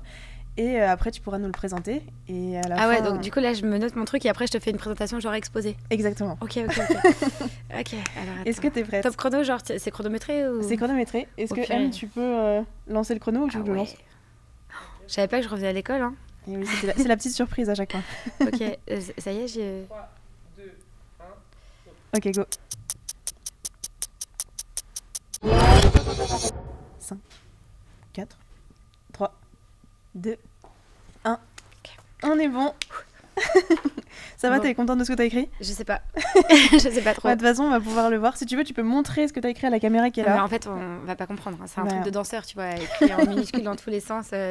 Tu vois, c'est... Alors, vas-y, raconte-moi comme ça, on va pouvoir mieux comprendre. En fait, c'est plus des images parce qu'en fait, j'ai plein de choses à dire. Vraiment plein de choses. Mais là, c'est plus une image, tu vois, que j'ai dans la tête de visuel. Et après, il faut voir si ça colle avec un de mes propos, tu vois, parce que c'est pas gratuit forcément. Il y a forcément un propos. Il y a plusieurs propos que j'ai envie, tu vois, notamment par rapport à mon expérience, comme je t'ai dit, avec un homme toxique plus jeune. Il y a des choses voilà, que j'ai envie d'aller défendre là-dedans. Ou... Enfin voilà, j'ai envie de... D'ailleurs, j'ai peut-être changé mon idée. Bref. Bon, en tout cas, j'ai plein de propos que j'ai envie de défendre, mais là, on est plus sur de l'image. Moi, j'aimerais... aller dans de type industriel, type usine désaffectée, industrielle, enfin un endroit un peu gris, tu vois, genre métallique, gris, bétonné, tu vois. Je voudrais de la farine partout, mais partout, des tonnes de farine, tu vois. Pina Bausch, le sacre du printemps, tu connais peut-être. En fait, carrément, c'est de la terre battue au sol, tu vois. Mais genre, moi, j'imagine de la farine, en fait, avec la farine blanc, tu vois. Et alors, avec que des hommes. Que des hommes. Ça fait longtemps que j'ai envie de faire un projet avec que des hommes. Donc, que des hommes avec des personnalités différentes, tu vois. Et des tailles différentes, enfin, tu vois, vraiment... des profils vraiment... Ouais, voilà. Et ouais, de la farine, des tonnes de farine. Il faudra des tonnes de farine. Et ouais, ça vole, ça danse dedans, tu vois, ça se colle. Donc, il faut réfléchir aussi à un stylisme, tu vois, où c'est... sur la peau. Voilà, où c'est partout, enfin, tu vois. J'ai marqué quelque chose d'animal, tu vois, dans l'énergie de puissant et des jeux de light, donc évidemment. Hein. Ouais, mais tu vois... Quand on est dans une usine ou un endroit grand comme ça, en fait, la profondeur fait que tu peux faire apparaître des gens et disparaître, tu vois. Oh, je tape dans le micro. Tu peux avoir une personne peut-être à l'avant, tu vois, qui est éclairée, et puis quand tu éclaires la personne derrière, ça disparaît, donc ça peut raconter beaucoup de choses, tu vois. Tu peux raconter l'histoire de ce qui se passe dans la tête d'une personne, enfin, tu peux raconter plein de choses. Donc, jouer sur cette profondeur avec les lumières, avec ma farine. Trop cool. Et voilà, j'ai marqué sombre, jeu de douche, lumière, puissant, voilà. Ok, franchement, je trouve que c'est hyper original comme idée. Alors évidemment, c'est pas nous qui avons le mot... Alors on a un peu le mot final, j'avoue qu'on a un peu le mot final. La farine. Mais au départ, votez ça va être... farine. Votez la farine, votez le projet farine. Et je suis sûre que tu peux retrouver des stocks de farine périmée, tu sais. Ah oui, j'ai pas trop de doutes sur des trucs... Parce que oui, c'est sûr voilà, que... le but c'est pas de faire du gâchis aussi, mais tu vois, je suis sûre qu'on peut... On peut réussir à trouver des choses qui sont vouées à... quoi. Ouais, c'est ça. Ouais, j'ai envie de te dire, ça c'est la spécialité de Vibes, de dégoter des trucs, tu sais pas d'où ça sort, mais... Votez farine. Donc, écoute, franchement, trop bien. On aura la réponse à la fin de cette saison. Peut-être que ce sera ce projet-là qu'on pourra réaliser. Ce serait cool, en tout cas, de pouvoir travailler avec toi. Avec plaisir. Et puis, si c'est quelqu'un d'autre, je serai là pour regarder. Non, puis ça se fera peut-être pour d'autres choses, si jamais. En tout cas, Sabrina, déjà avant qu'on se quitte, où est-ce qu'on peut te retrouver? Peut-être que il y a des messages que tu as envie de faire passer à ce niveau-là. Sur mes réseaux sociaux, donc Sabrina Lonis sur Instagram, sur YouTube, sur TikTok maintenant. On est très actifs sur TikTok avec 5 posts par semaine. Mes cours de danse, les auditions ont lieu la première semaine de juin. Donc il y en a pour tout le monde, des adultes, pros, jusque les enfants tout petits qui commencent la danse. J'ai des stages aussi pour tous les niveaux. Donc les stages pour les débutants qui n'ont jamais dansé ou des danseurs de type avancé ou professionnel ou enfin, intermédiaire. J'en ai vraiment pour tout le monde. Et toutes les infos, c'est sur mon site sabrinalonis.fr. Ok, trop cool. Comme ça, moi, c'est centralisé au même endroit. Voilà. C'est trop bien. Et on est en spectacle le 3 mai. Ah, et alors vas-y, dis-nous, parle-en un petit peu si tu veux. C'est le moment. ma compagnie avec mes élèves et mes anciens élèves qui viennent avec leur propre compagnie aujourd'hui. Trop bien. Donc il y en a 5 ou 6 cette fois-ci qui vont revenir. Et ouais, ils reviennent avec des propositions chorégraphiques, donc c'est trop trop chouette. Génial. Et c'est le 3 mai, où ça du coup? Attention, c'est à Saint-Thibaud-des-Vignes. Ouh là Mais là. ça va, c'est hyper accessible. Franchement, on est entre Paris et Disney. Ok. On est sur le RER A, enfin ça va, franchement. Ouais, vous pouvez Il vous ne reste déplacer. que 100 places sur les 700. Voilà, c'est parti en 15 Ok. jours. Trop bien, trop bien. Bah écoute, on mettra toutes les informations, en tout cas nous, dans la description, ton site internet, s'il y a une billetterie aussi peut-être. Oui, je te l'enverrai. Et puis c'était un plaisir de pouvoir t'avoir avec nous. Merci encore. Gladys, c'était un trop joli bien. moment. Merci. Ouais. Merci beaucoup et puis à bientôt. Salut les gars. Et si vous avez aimé cette vidéo, n'hésitez pas à nous soutenir encore une fois en vous abonnant à notre chaîne ou bien aussi sur notre compte Instagram. On vous le met juste en barre d'infos. Évidemment, vous pourrez retrouver aussi toutes les informations sur Sabrina Lonis en barre d'infos. Et puis, je vous dis à bientôt pour une prochaine vidéo. Ciao!